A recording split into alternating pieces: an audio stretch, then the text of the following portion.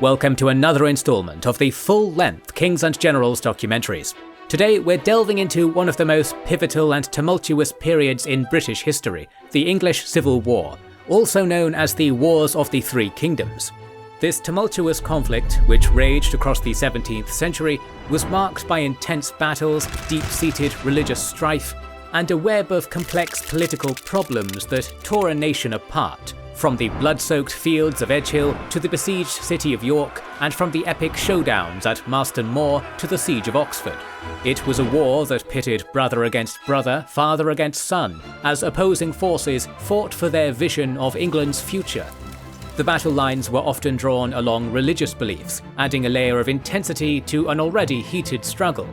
But the English Civil War was not just a religious war, it was a social and political powder keg waiting to explode. The monarchy, led by King Charles I Stuart, clashed with Parliament over issues of power and taxation. This political turmoil set the stage for a nation divided, and the consequences would reshape England forever. Join us as we unravel the dramatic and complex tapestry of the English Civil War, exploring its battles, religious strife, and political problems that forever altered the course of history. Don't forget to hit that subscribe button and give us a thumbs up, that helps immensely. The Stuart dynasty came to power in England when the childless Elizabeth I died on March 24, 1603, and was succeeded by King of Scotland, James VI, who then also became James I of England. This reign united the realms of England, Scotland and Ireland under one monarch for the first time, and saw an increase in the popularity of divine right, the God-given authority of a monarch to rule as he wished, unhindered by his nobles or people. After 22 years on the throne, during which momentous events such as the sailing of the Mayflower and Guy Fawkes' gunpowder plot took place, King James died in March 1625 and was succeeded by his second son, who ascended to the throne as Charles I. A scholarly-oriented man with a penchant for hunting, it immediately became clear that Charles had inherited his father's enthusiasm for divine right, and began acting in ways which profoundly angered influential factions in his country, the most important of which being Parliament. Today, the British Houses of Lords and Commons are the governing institutions of the United Kingdom, but in the mid-17th century this was not yet the case. The king still had executive decision-making authority, and his decree was the only means by which Parliament could legally convene. However, by the mid-1600s, the houses had gained significant de facto power, such as the ability to raise taxes far more effectively and smoothly than the king himself, making it hard for English monarchs to operate without parliamentary approval. Upon ascending to the throne in 1625, the outwardly Protestant Charles married Henrietta Maria, the staunchly Catholic sister of France's King Louis XIII. While this was at first viewed as a shrewd diplomatic move, Maria's fervently pro-Catholic actions made the predominantly reformed English despise her. This religious dimension of the royal parliamentary divide was made worse by a number of factors, both internal and external. In mainland Europe, the 30 Years' War was raging without end. Many in England, and particularly in Parliament, wished to take up arms in order to prevent the Catholic Counter-Reformation from snuffing out their Protestant brothers, but Charles would not do so in a direct fashion. The meagre attempts in 1625 and 1628 of Charles to intervene at Cadiz and the siege of La Rochelle respectively were blundered and only increased tension between the king and his parliament. Even worse than this was the increasing influence of William Laud, the intrusive Bishop of London, who advocated an anti-Calvinist sect of Protestantism known as Arminianism.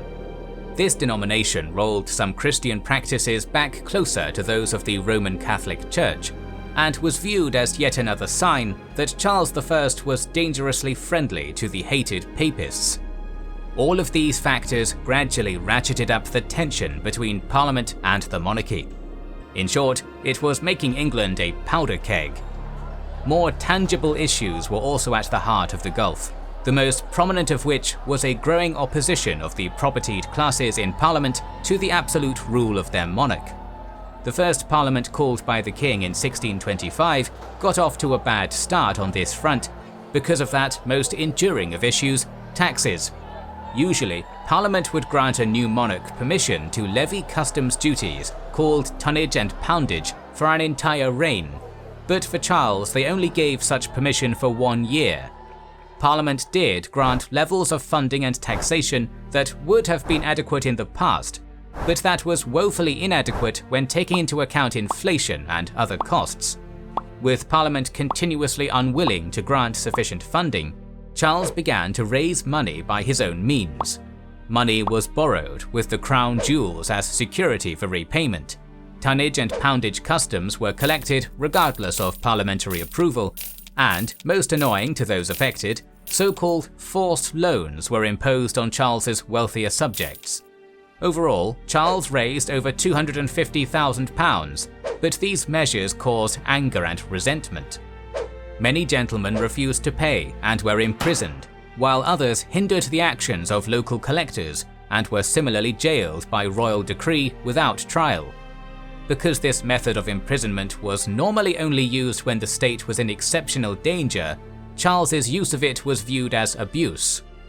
When Parliament was summoned again in 1628, a representative named Sir Edward Coke authored the Petition of Right, a document which set out a list of specific liberties which Charles would be absolutely forbidden from infringing. Amongst other things, primary concerns were the illegality of arbitrary imprisonment and tax collection without parliamentary consent.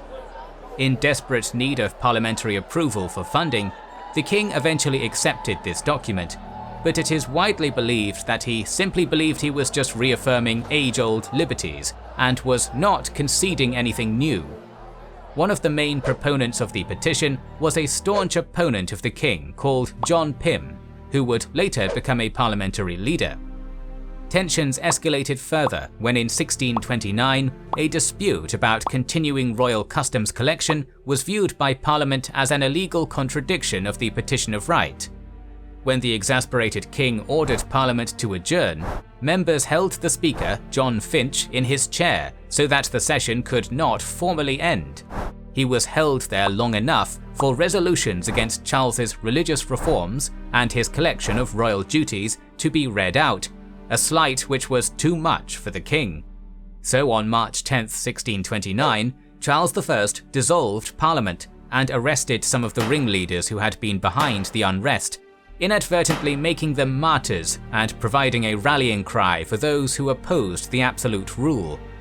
With the would-be cash cow Parliament disbanded, the king made peace with his foreign enemies and embarked on a period of sole rule. To his supporters it was the personal rule, but to his enemies it was the more sinister-sounding 11 years tyranny. There is a general assumption that this decade-long period must have been very evil by its nature. While many occurrences within these twilight years of peace directly led to the strife of the 1640s and 50s, it was not nearly as horrific as it's often portrayed. In England, personal rule began quite positively. While hardcore Puritans, radical Protestants who were convinced that the Reformation was only half done, thought that so-called high church Arminianism was the devil's work, the common man was not as opposed. Many ordinary people responded quite positively to the more formal approach to religion and readily embraced William Laud's moderate reforms at the beginning of the 1630s. Even Henrietta Maria became more docile, and it's clear that the personal rule was a happy time for the royal family in a personal sense. The Queen even gave birth to a child named Charles in May of 1630, a child who 3 decades later would be King of England in his own right.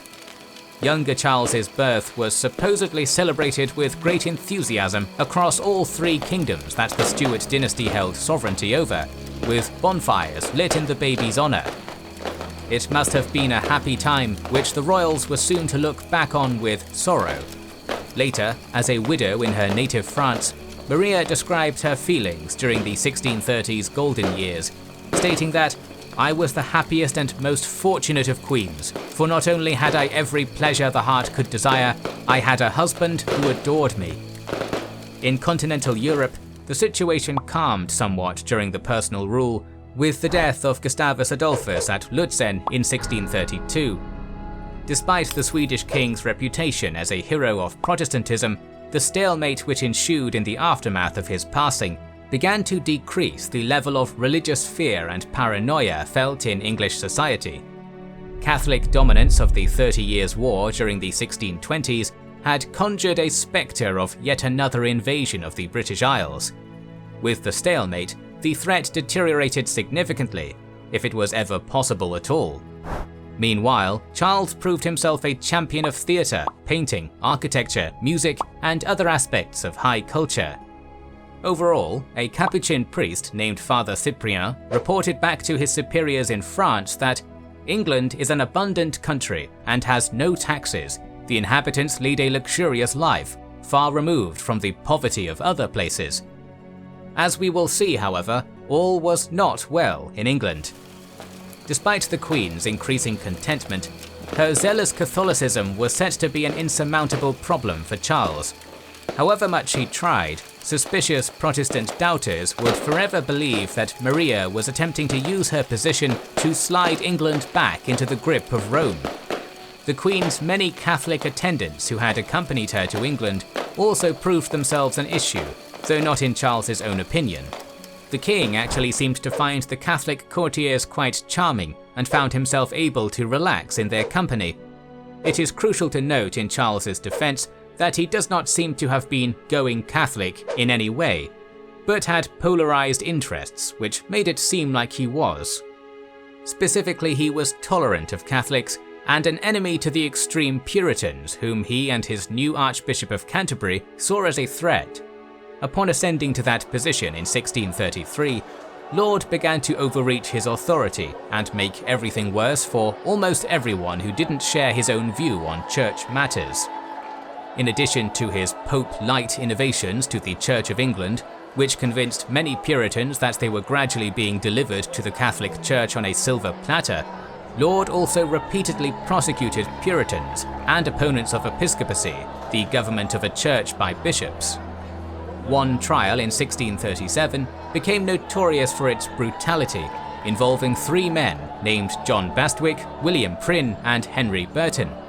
They were pilloried for their defiance against Laud and had their ears cut off. Prynne had already suffered this punishment in 1634, and so his face was branded to bear the letters SL, or seditious libeller. This awful torture didn't have the effect Laud wanted, and even moderate Protestants viewed the trio as martyrs. To them, it was becoming clear what was happening. Vile Catholics were being allowed to practice out in the open, while good, pious Protestants were persecuted. William Laud would soon after cause the spark which eventually set England ablaze. As the Venetian ambassador said of him, "This pest may be the one which will ultimately disturb the kingdom." Despite the largely peaceful and tranquil nature of Charles's early personal rule, the need for money was not diminished in the slightest.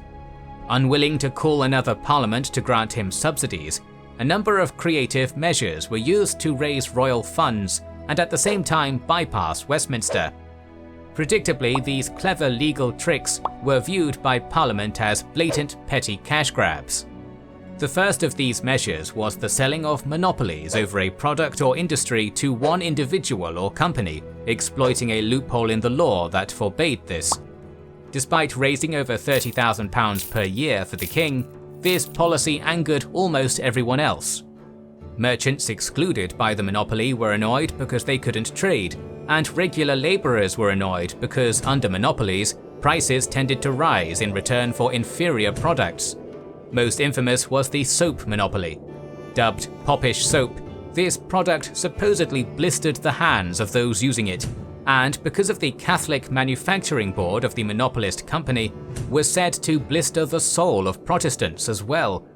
Charles also began reintroducing obsolete medieval laws in strange ways, reviving ancient fines on knights, people living in royal forests, and people building homes outside of designated areas in London.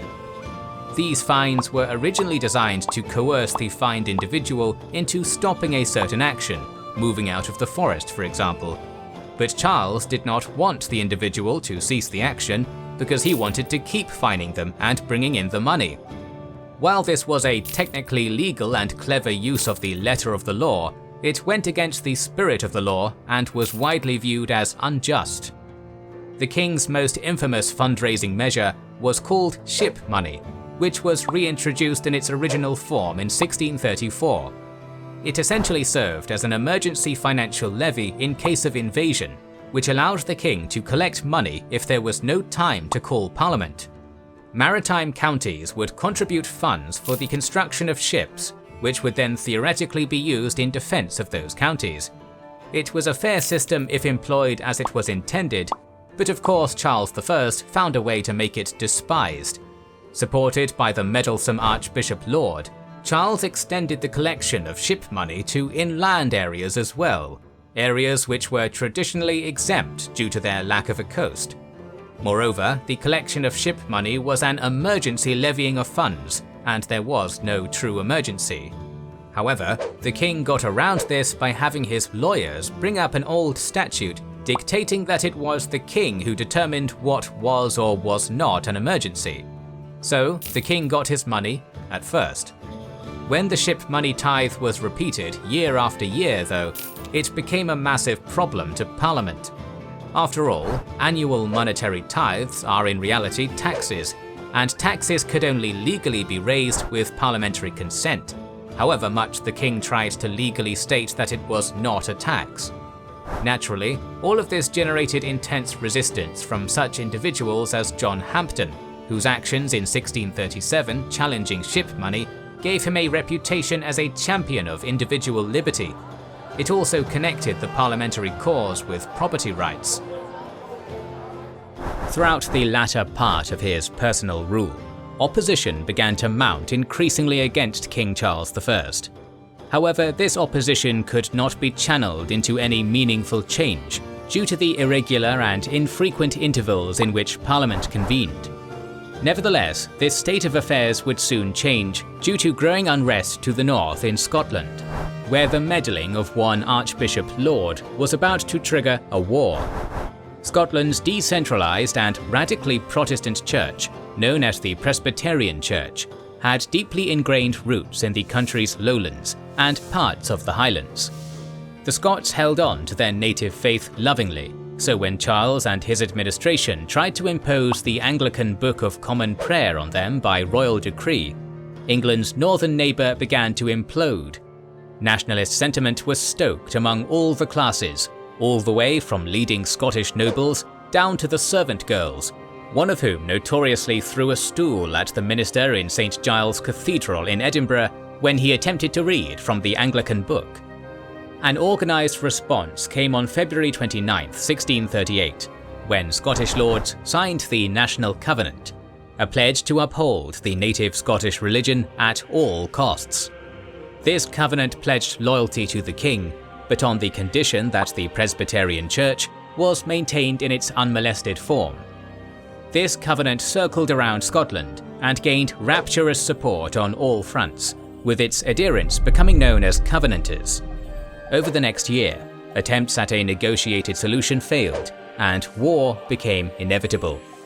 As a result, both sides began to raise their armies, the highly motivated Scots more quickly than the English, many of whom were actually sympathetic to the Scottish cause.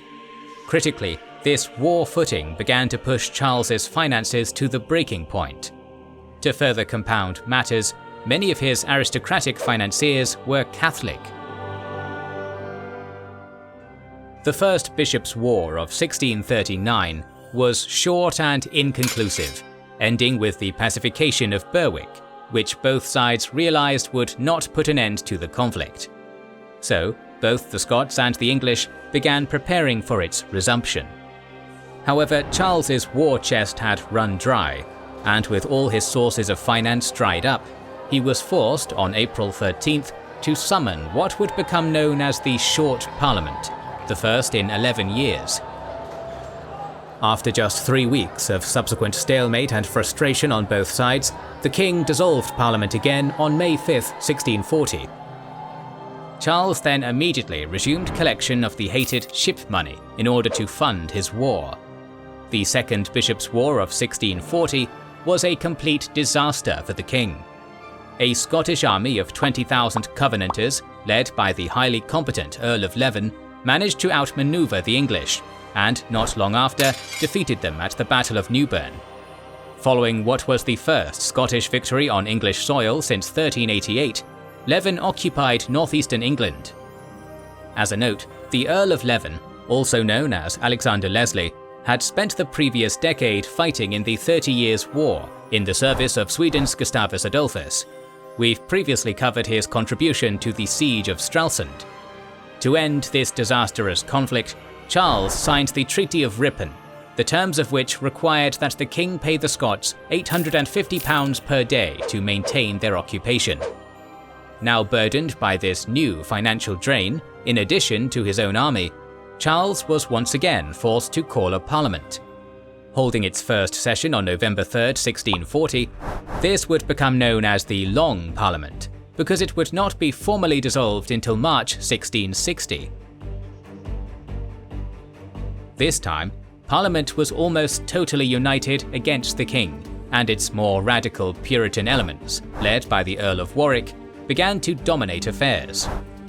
His radical allies tried and executed the Earl of Strafford, Charles's chief minister, began lengthy legal proceedings against Archbishop Laud, and secured other unprecedented concessions from the crown. All of these demands and more were set out in the Grand Remonstrance, a document of grievances and conditions, the most crucial of which would have deprived the king of many traditionally royal rights and privileges. It didn't seem that Charles was going to accept any further restriction of his power anyway, but an external factor now intervened and made everything that much worse. In October of 1641, a Catholic revolt led by Philip O'Neill of Kinnaird erupted in Ireland. Thousands of Protestants were already dead, and many more were refugees. It was clear that an army would be necessary to quell the Irish. But under whose authority could the army be raised? Parliament no longer trusted the king with military force, fearing that he would use the army against them, while the king would not accept Parliament's control because of the same reason. For some reason, perhaps because Charles had uncovered evidence that his enemies in Parliament had been conspiring with the Covenanters, Charles marched to the House of Commons with 400 soldiers on January 5, 1642.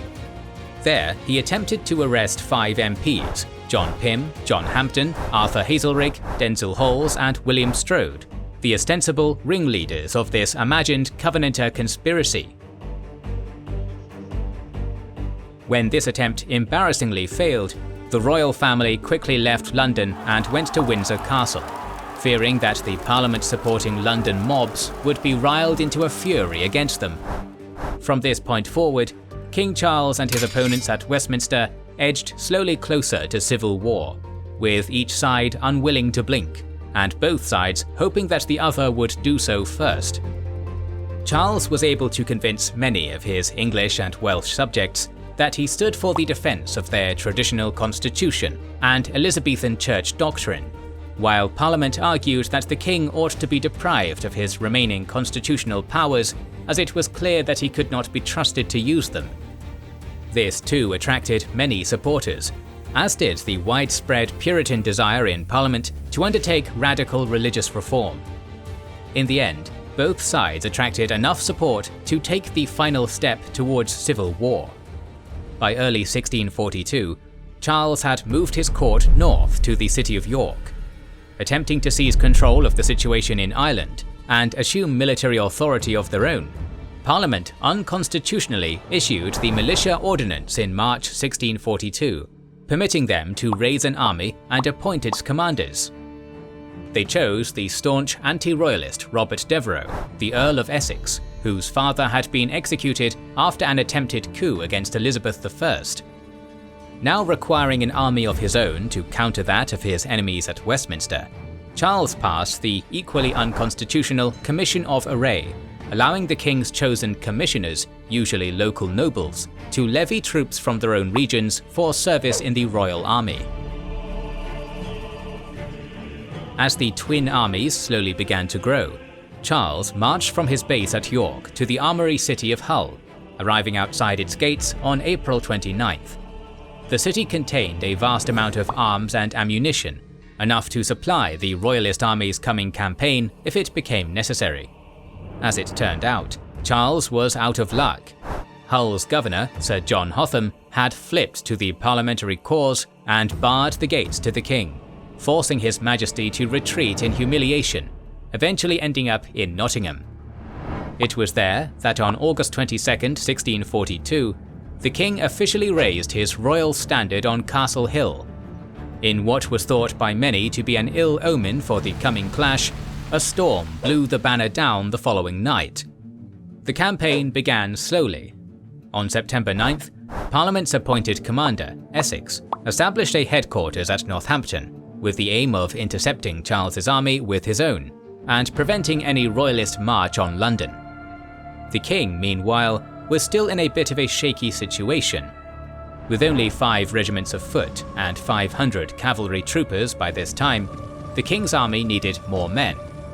In order to get them, Charles departed from Nottingham September 13th and marched west through Derby, Uttoxeter, Stafford and Wellington, eventually reaching Shrewsbury on the 20th. This position allowed the Royalists to absorb more units Charles's commissioners had raised in North Wales and Lancashire, swelling his army to a workable size. While this was happening, the Royalist horse, under the experienced command of Prince Rupert, took up position in Bridgnorth, aiming to screen any potential parliamentary attack on the main army. Prince Rupert was the son of Frederick V, Elector of the Palatinate, who had failed to gain the throne of Bohemia in 1618, essentially beginning the 30 Years' War. After being captured by the Holy Roman Empire in a military campaign, Rupert had been freed by the diplomatic manoeuvring of his uncle, Charles I. He subsequently came over to England and gratefully joined the English king's army as an extremely competent cavalry commander.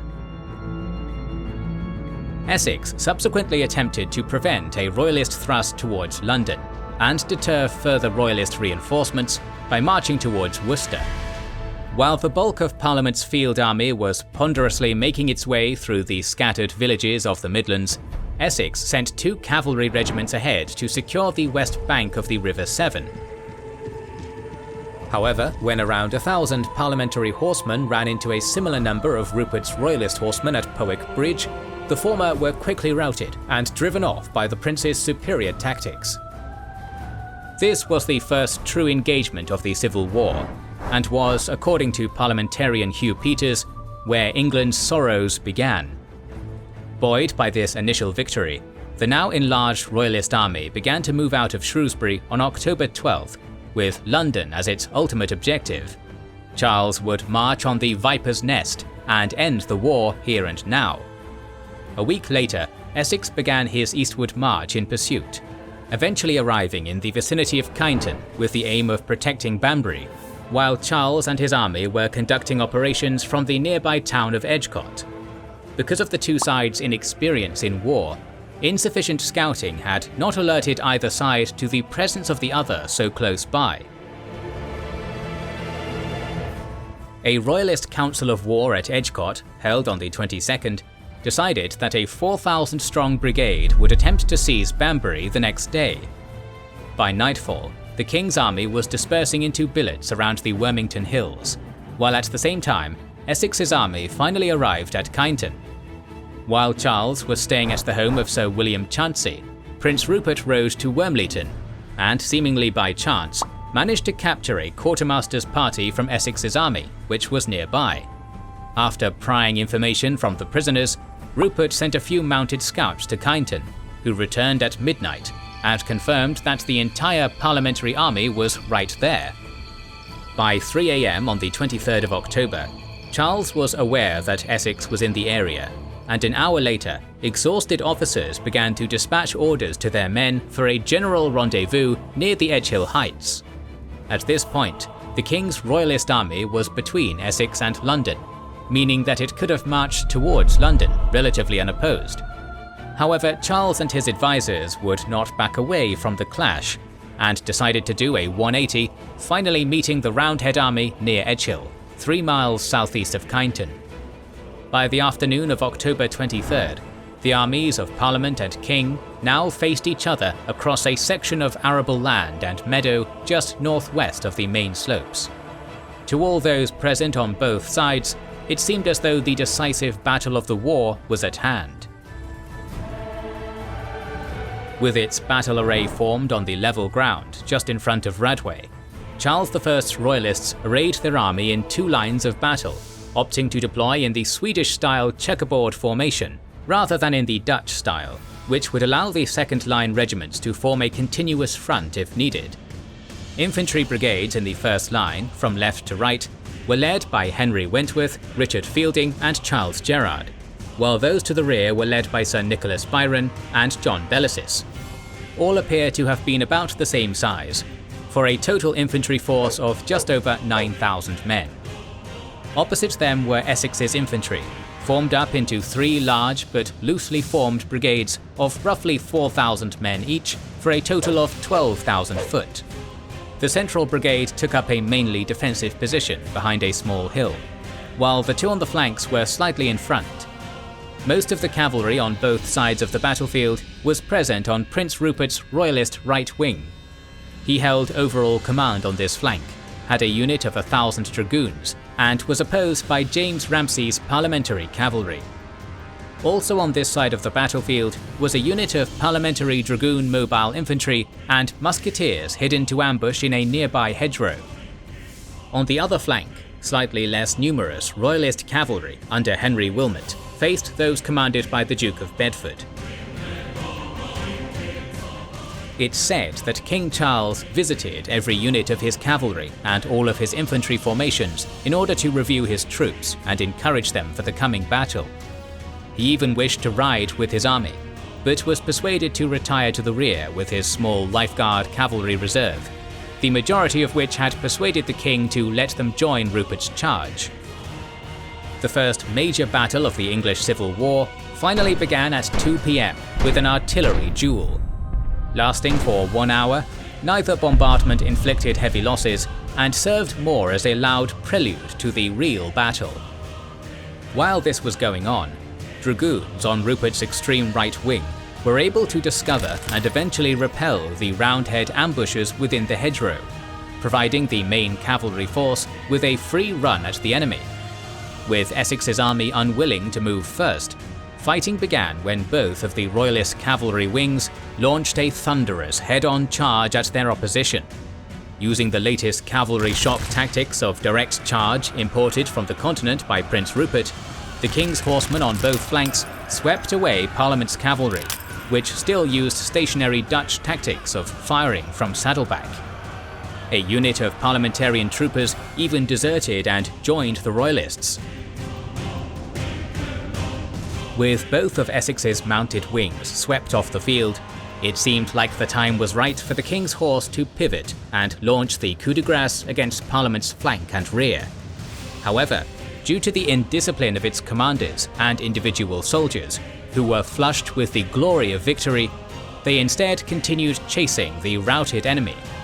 Historians believe that if the Royalist cavalry had halted, regrouped and charged at this point, the English Civil War could have been put to a decisive end, but it was not to be, and the opportunity was lost. With almost all horsemen now off the field, both infantry forces filed into a single line of battle and prepared to advance.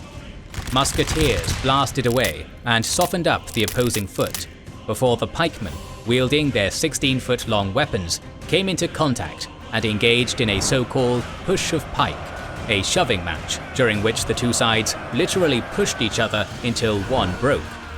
Better equipped parliamentary footmen managed to gain a slight advantage, and casualties slowly began to mount on both sides.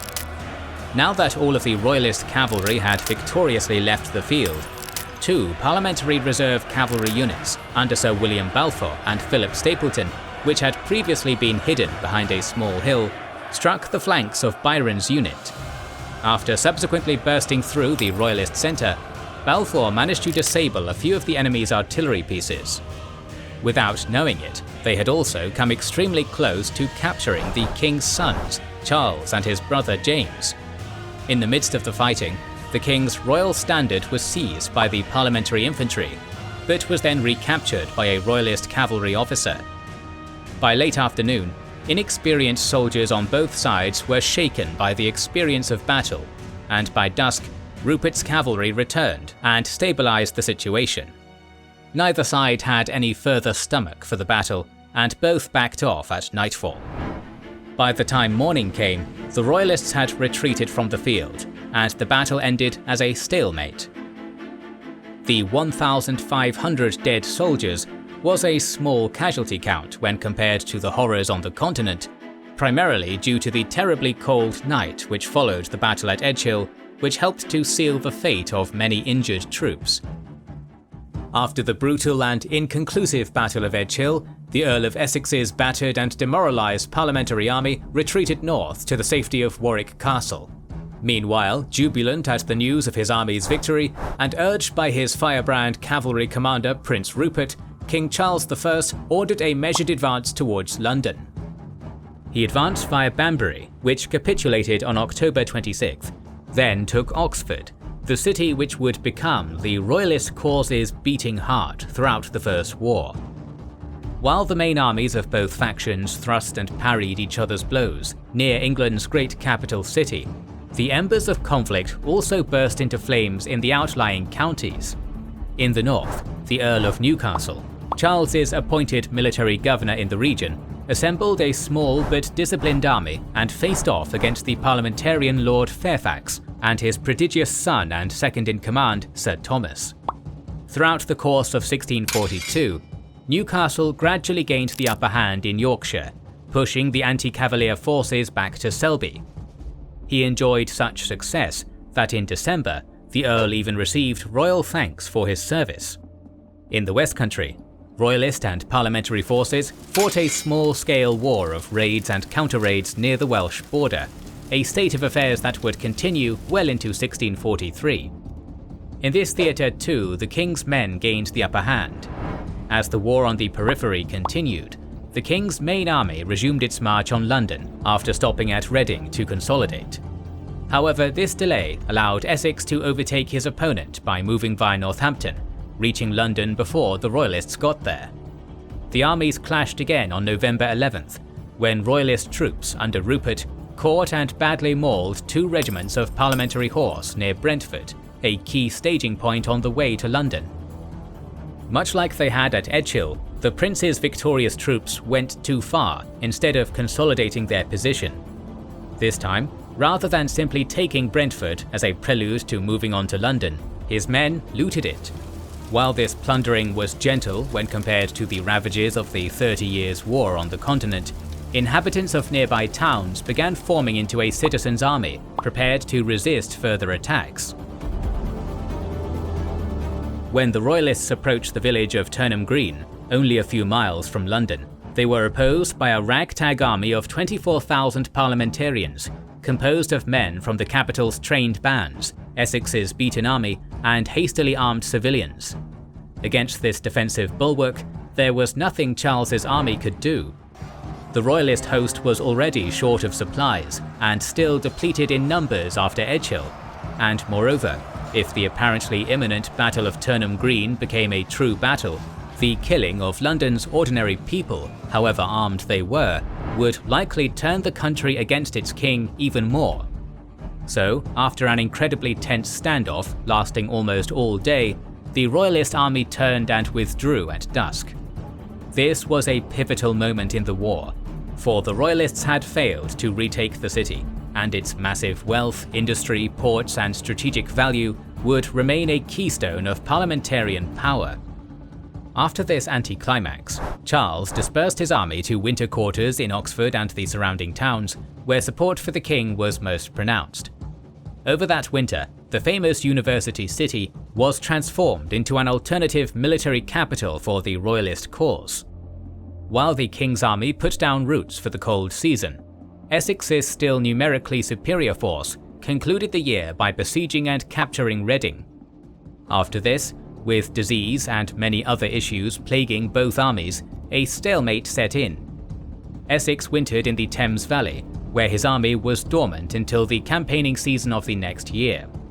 To further protect the capital, civilians began digging earthworks and other defences. By the turn of 1643, it was clear that any chance of a quick Cavalier victory had been snuffed out. On January 23, 1643, a Parliamentarian force under Sir Thomas Fairfax stormed a 1,500-strong Royalist garrison at Leeds under Sir William Savile. After a swift 2-hour battle, the Royalists were defeated, the survivors withdrawing to Wakefield in the evening. The sullen appearance of Leeds's beaten and downtrodden Royalists spooked Wakefield's own garrison, and by nightfall this town too was abandoned. The next day, Fairfax's men occupied Wakefield. With Leeds and Wakefield taken, a line of communications had been opened between Sir Thomas and his father. Sir Thomas would remain at Riding until the end of March, when he was recalled to Selby. Meanwhile, Newcastle and his forces returned to York. Here, his command was faced with two tasks before he could return his attention to Lord Fairfax. First, he sent General James King with a detachment of horse troops to escort an ammunition convoy from Newcastle to York. On February 1st, the convoy was ambushed by a sallying force from the Scarborough garrison, led by the city's Parliamentarian governor, Sir Hugh Cholmondeley, at Yarram Bridge. Although Cholmondeley's force held the advantage of good terrain, they were beaten back from the field. Soon after, Cholmondeley would defect, declaring his allegiance to King Charles and transferring much of the East Riding of Yorkshire to Royalist control. The immediate concern for Charles was a lack of military resources, particularly gunpowder and match. His wife, Henrietta Maria, was in the process of ferrying hundreds of barrels of these, other supplies and money to Oxford from the Low Countries.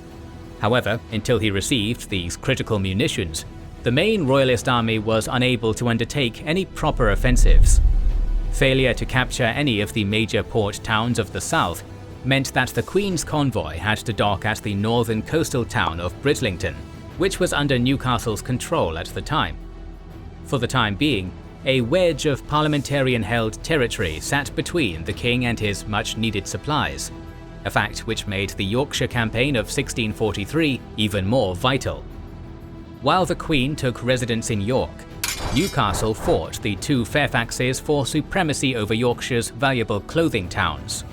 In an early spring campaign, it seemed as though the Royalists were going to maintain their hegemony in the north.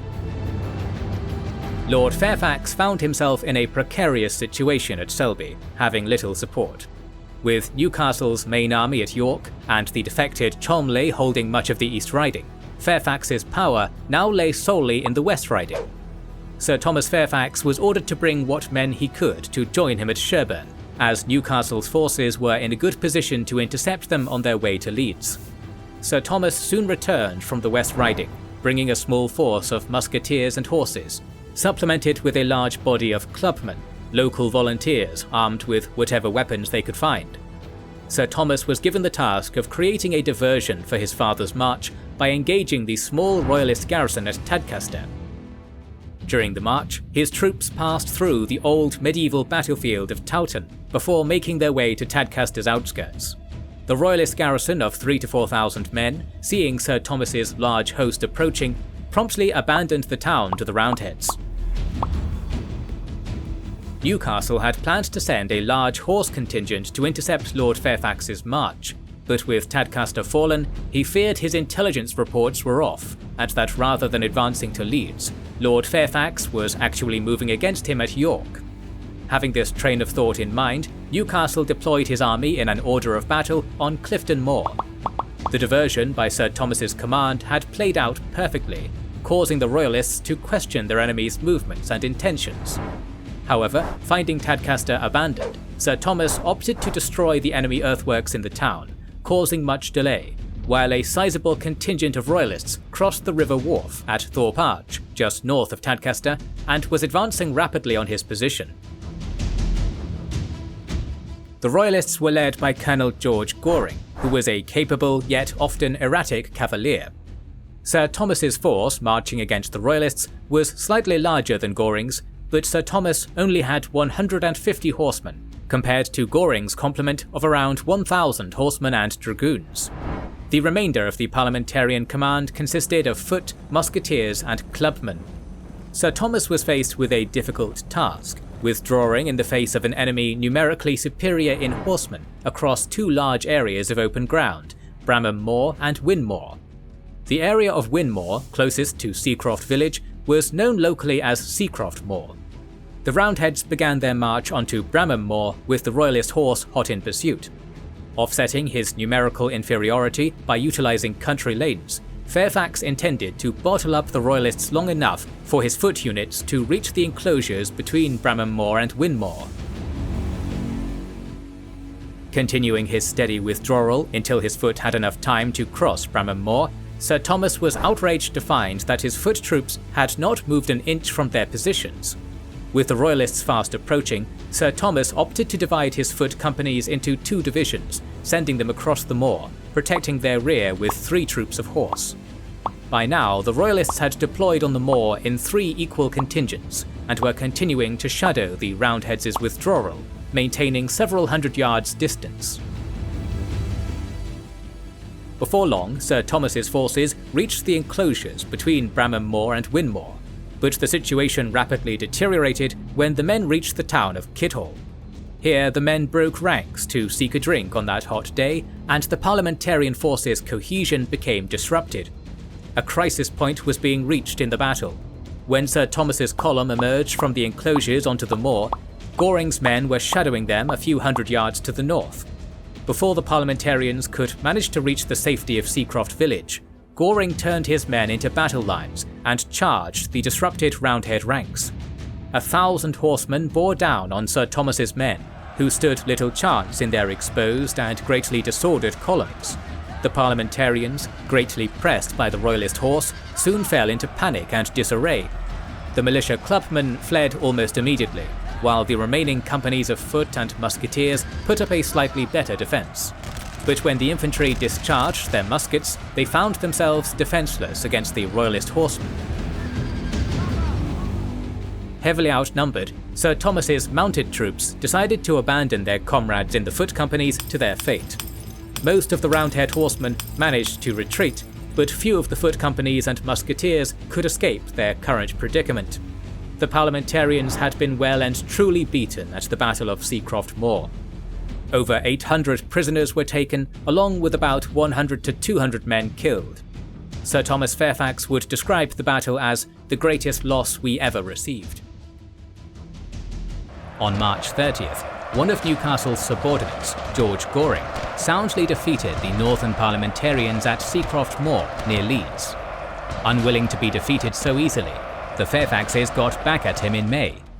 On the night of the 21st, Sir Thomas Fairfax stormed Wakefield in an excellently executed night assault and captured Goring in the process. The setback was a shock to Newcastle and meant that the Yorkshire Royalists were unable to spare any troops to assist their Queen's progress back to Oxford. A few weeks earlier, Essex had roused Parliament's main army in the Thames Valley and used it to besiege Reading, a vital link in the defensive line shielding Charles's makeshift capital at Oxford. Essex took the city on April 25th after a blockade lasting almost 2 weeks. Unfortunately for the Lord General, his overly cautious nature and a massive outbreak of typhus among his soldiers crippled the Roundhead army, threw away its strategic initiative, and gave Royalist forces in the area much needed breathing room. On June 1st, Henrietta Maria left York, accompanied by 5,000 men, and despite being clearly sighted by Essex's scouts, was not intercepted. As the supply convoy slowly moved south, the northern campaign reached a climax when Newcastle's 10,000 men cornered and crushed Thomas Fairfax's 3,500 at Old Walton Moor, securing Royalist control over Yorkshire and besieging the Parliamentarians at Hull. Now free of pressure from the Thames Valley, Prince Rupert, victorious in many small raids and cavalry skirmishes, rode north to escort his queen the rest of the way. She finally entered Oxford on July 14th to rapturous applause and the ringing of bells. Everything was going the king's way, but the Royalist summer hadn't peaked just yet. The main threat to Oxford in 1643 was Sir William Waller's newly formed Western Association Army, operating in and around the area of modern Wiltshire and the southwest, threatening to cut off Royalist communication with Wales, a key recruiting ground. He was opposed in the west by the brilliant Royalist commander Sir Ralph Hopton, an old friend and comrade of Waller's with whom he had fought in the 30 Years' War decades earlier. He was also a notorious disciplinarian, touting the firm but fair motto, "Pay well, command well, hang well." If there was any chance of an eastward link-up between Hopton's Royalist army and Charles's force in Oxford for a combined offensive on London, Parliamentarian control in the west first had to be crushed.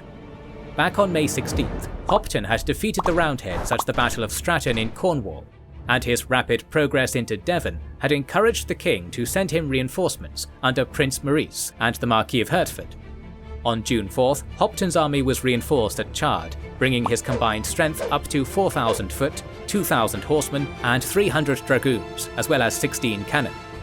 In the ensuing campaign, Hopton, Hertford, and Prince Maurice would share equal command over their army, combining their dignity, rank, and military skills to form an effectively led fighting force. Hertford commanded in name through his social status, while Hopton led in the field, and Prince Maurice oversaw the army's horse contingent. The Royalists' plan for the summer campaign in the west relied on the construction of a stout defensible base of operations by seizing Wells, Taunton, Bridgewater and Dunster Castle before applying pressure against the Parliamentarians' main rallying point at Bath. Cavalry raids and skirmishes erupted in the countryside between Royalists and Parliamentarians as Hopton's army converged on its objectives. On June 9th, a large skirmish broke out south of Chewton Mendip, in which Prince Maurice was temporarily taken prisoner. A 3-week lull then ensued, during which Waller hoped to augment his army at Bath with additional reinforcements. The Parliamentarian cavalry was bolstered by a regiment of cuirassiers arriving from London under Sir Arthur Heselrigge, bringing the Parliamentarian cavalry strength up to 2,500. But Waller badly needed infantry. By the first week of July, Waller could field no more than 1,500 footmen against Hopton's 4,000. The Royalists entered Bradford-on-Avon on July 2nd, bringing them within 5 miles southeast of Bath. In response, Waller moved his army to Claverton Down to halt the enemy's advance. On the 3rd, Hopton's regiments began pushing back Waller's picket posts and other outlying detachments.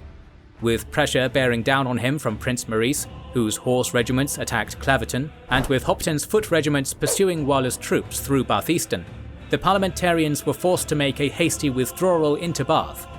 At midnight, Hopton evaluated his situation and considered moving past Bath Easton to the southern slopes of Landsdown Hill. However, having just a portion of the army at his disposal, Hopton decided to wait until Prince Maurice's horse regroups with him the next day. On the morning of July 4th, the Royalists closed in on Landsdown, only to find that Waller's army had beaten them to it. Waller's army was strongly posted on the summit of Landsdown Hill. Holding a council of war with his co-commanders, Hopton decided an attack on the position was beyond contemplation, but also to remain where they were would only incur further casualties.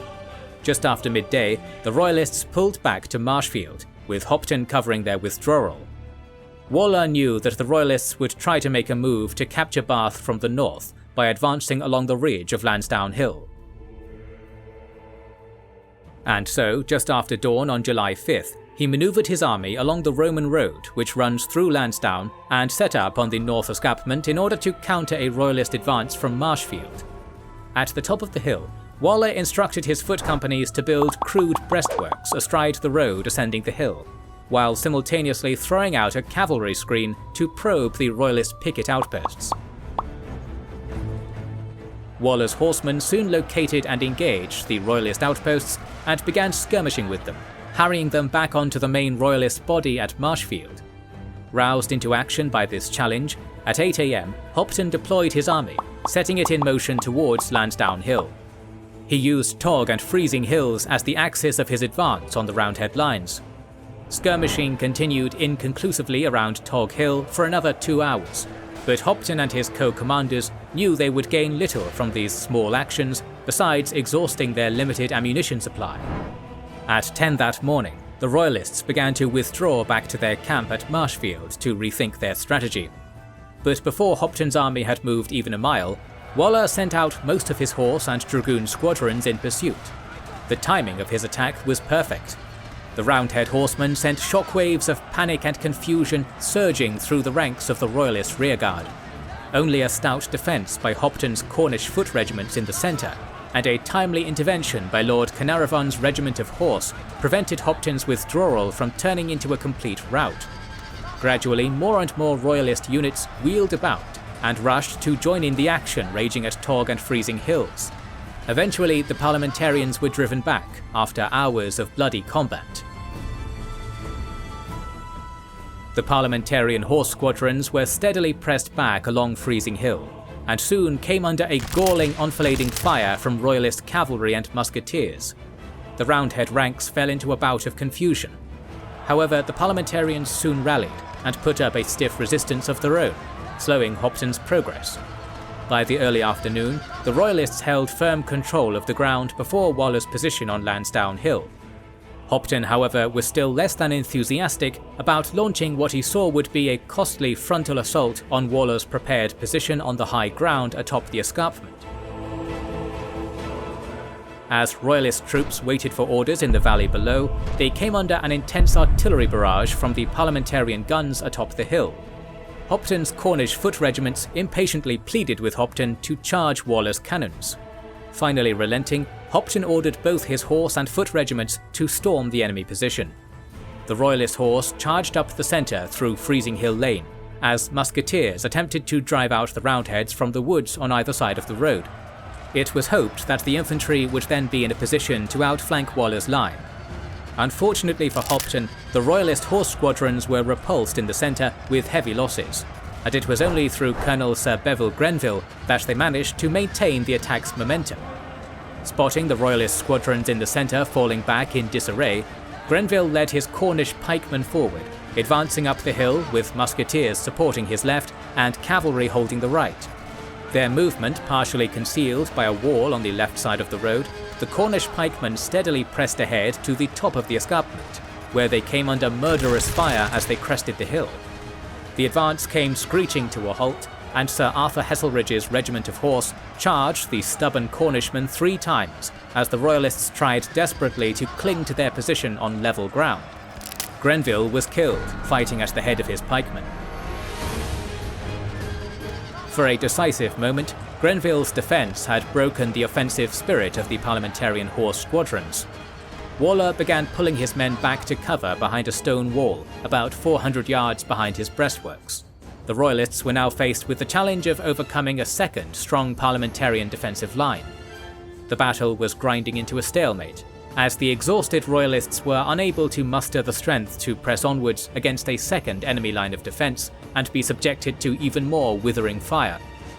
The lull didn't last long, with Waller deciding to withdraw his army along Landsdown Hill back towards Bath.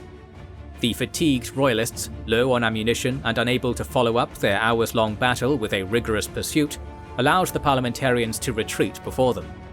However, the wheel of fortune turned quickly. When the Cavalier commander inspected prisoners from the battle, he was injured by an exploding powder magazine and temporarily put out of action. Early the next morning, the Royalists began withdrawing to Marshfield. The Battle of Landsdown had ended in a major tactical Royalist victory, with Hopton holding the field at the cost of around 200 to 300 men killed and another 600 to 700 wounded. However, Waller believed that Landsdown was a strategic victory for the Parliamentarian cause. Although Waller had retreated in good order and given up the field to Hopton, he had suffered relatively light casualties. The Royalists had been stopped in their attempt to capture Bath, and they had now become more concerned with safely withdrawing their army intact rather than conquering the Parliamentarian stronghold. After then, receiving reinforcements from Oxford, Charles's armies concluded affairs in the west at the conclusive Battle of Roundway Down. Once again, the Royalist advantage in horsemen paid off, and their mounted charge shattered the parliamentary line. Many terrified and fleeing Roundhead cavalry charged by accident down a hidden 300-foot drop, known since as the Bloody Ditch. With that, the Western Association army was utterly crushed. When news subsequently arrived in Oxford that their enemy's Western army had been totally annihilated, Charles dispatched Prince Rupert with 5,500 troops to reinforce Hopton's army. This opportunistic campaign probably intended to take Gloucester, but Waller's retreat to the city bolstered its defences, making that objective unrealistic. So instead, the Royalist field army headed for Bristol, England's second most populated city. It also possessed key metalworking industries, which could be turned to the creation of weaponry, and a small fleet which had potential as the beginnings of a reborn navy. Rupert, whose very name was half a conquest, reached Bristol unopposed on July 23rd. That day, the prince quartered himself at Westbury College, 2 miles short of Bristol. During the afternoon, he led a reconnaissance party along the Avon from Durham Down to Clifton Church, in order to scout out the western defences of the city. Parliamentarian forces in the nearby Brandon Hill fort soon opened fire on Rupert's party. Opting to return to his camp to begin making siege preparations, Rupert left a contingent of 200 musketeers, 100 pikemen, and a regiment of dragoons under Colonel Henry Washington at Clifton Church. During the night, Washington's party sallied out from Clifton Church and engaged the Roundheads at Brandon Hill Fort, but were repulsed.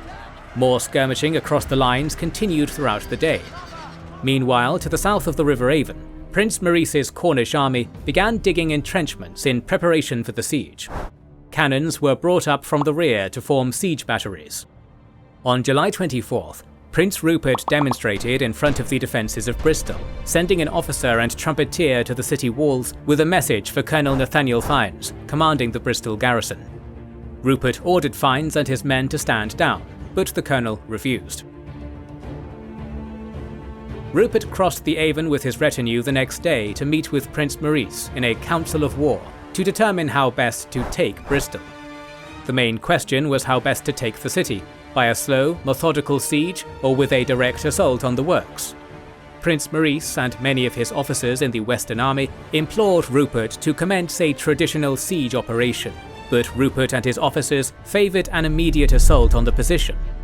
Eventually, Rupert won out, and the stage was set for an assault on Bristol the next day.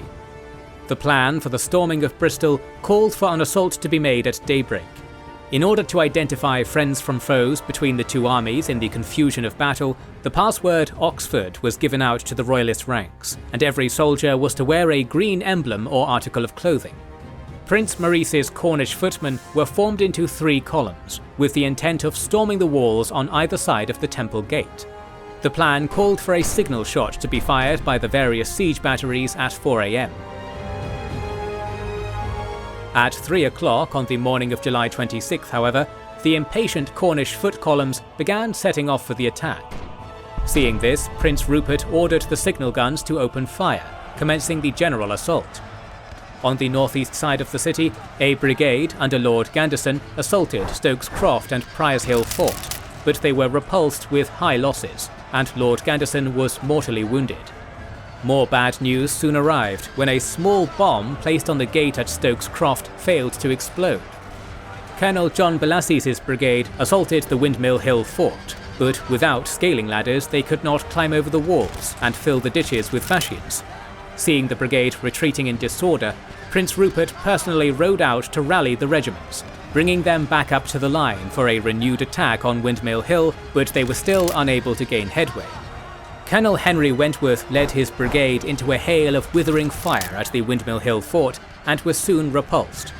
To the right of Wentworth's brigade, Colonel Washington and his dragoons were able to reach an angle in the wall out of sight of the main fort's enfilading fire.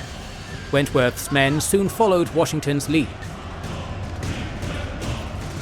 The Royalist column threw their grenades over the fort walls and stormed the parapet. Heavy fighting erupted inside the fort, and the Royalist infantry tore down the walls to allow for the horse squadrons to follow them in. The Roundheads here, led by Major Hercules Langrish, were unable to stem the onrushing Royalist tide and were soon falling back. Colonel Fiennes' regiment of horse attempted to counterattack, and an intense melee raged around the Windmill Hill fort until the Parliamentarians were forced back and driven into the city suburbs. Seizing the momentum of the attack, Wentworth's brigade took a fortified position known as the Essex Work, its Roundhead garrison having abandoned it after spotting the approaching Royalist foot. Back to the south of Bristol, the Cornish attack continued pressing on toward the wall, pushing carts into the moat to use as a makeshift fascine. The Cornish foot suffered especially heavy casualties attempting to scale the city walls, with many senior officers being killed or wounded. Colonel Brutus Buck, at the head of his column, managed to escape the ramparts before he received a blow from a halberd which knocked him back into the ditch and fatally wounded him. Sir Nicholas Slanning and Colonel John Trevanion were shot dead, and many other senior field officers were badly wounded. To the north, Wentworth's brigade was joined by Bellasy's, and their 2 units pushed onward against the city defences, supported by Major General Sir Arthur Aston's horse detachment. The Royalists were soon upon the inner fortifications of Bristol, with combat focusing around the Froom Gate. The Cavaliers tried desperately to force it open against determined Roundhead resistance. Among the parliamentary defenders at the Froom Gate was a group of women led by Dorothy Hazard. These women vigorously worked to reinforce the gate with woolsacks and earth to keep the Royalists out. Rupert sent a message to Maurice asking for 1,000 Cornish foot to reinforce the assault on the Froom Gate. As these troops made their way around the walls at 2 p.m, Colonel Fiennes opened up a parley talk with Prince Rupert, seeking terms to open the city to the Royalists. Rupert immediately took up Fiennes' offer of parley, hoping to avoid even greater losses with a renewed assault. Meeting with Rupert, Fiennes came to an agreement to surrender Bristol at 10 p.m. that night, by which time the Royalists held much of the city anyway. The parliamentary garrison, under the terms of the Articles of War, were allowed to march out of Bristol, with the officers and cavalry allowed to keep their horses and swords, and all ranks were permitted to keep their personal belongings. However, the terms of the surrender agreement were soon broken, and the Roundheads soon found their belongings ransacked and plundered, stripped of all they could carry by the victorious Royalist troops as they departed Bristol. 3 days later, his forces stormed the city's outer defences and managed to capture one of its gates. Realising his cause was hopeless, Parliamentary Governor Nathaniel Fiennes surrendered soon after. The capitulation was a coup for the Royalist forces in both morale and material. Around 80 guns were seized, along with 1,700 barrels of gunpowder and 6,000 muskets. But the manpower cost had been a high one. As many as 500 Royalists were killed in the attack. With the gathered momentum, a Royalist War Council convened on August 4th and agreed that the next target would be Gloucester itself. With a population of 5,000, it controlled the Severn River and communications from Oxford to South Wales. By the 10th, Royalist armies completely surrounded the city, but instead of the surrender of its governor, Edward Massey, they were met with fierce resistance. Now facing an extensive siege, Charles's siege commander, the Earl of Forth, began a bombardment on the 13th. When news arrived of Gloucester's situation, total alarm struck Parliament due to fear that its loss might mean total collapse. To remedy the situation, Essex's main army near London was swiftly reinforced with an influx of fresh troops and the trained bands of the city proper. At about this time, Edward Montague, Earl of Manchester, was given command of the newly formed Eastern Association Parliamentarian Army. He appointed an almost unknown cavalry commander, a certain Oliver Cromwell, as his second in command.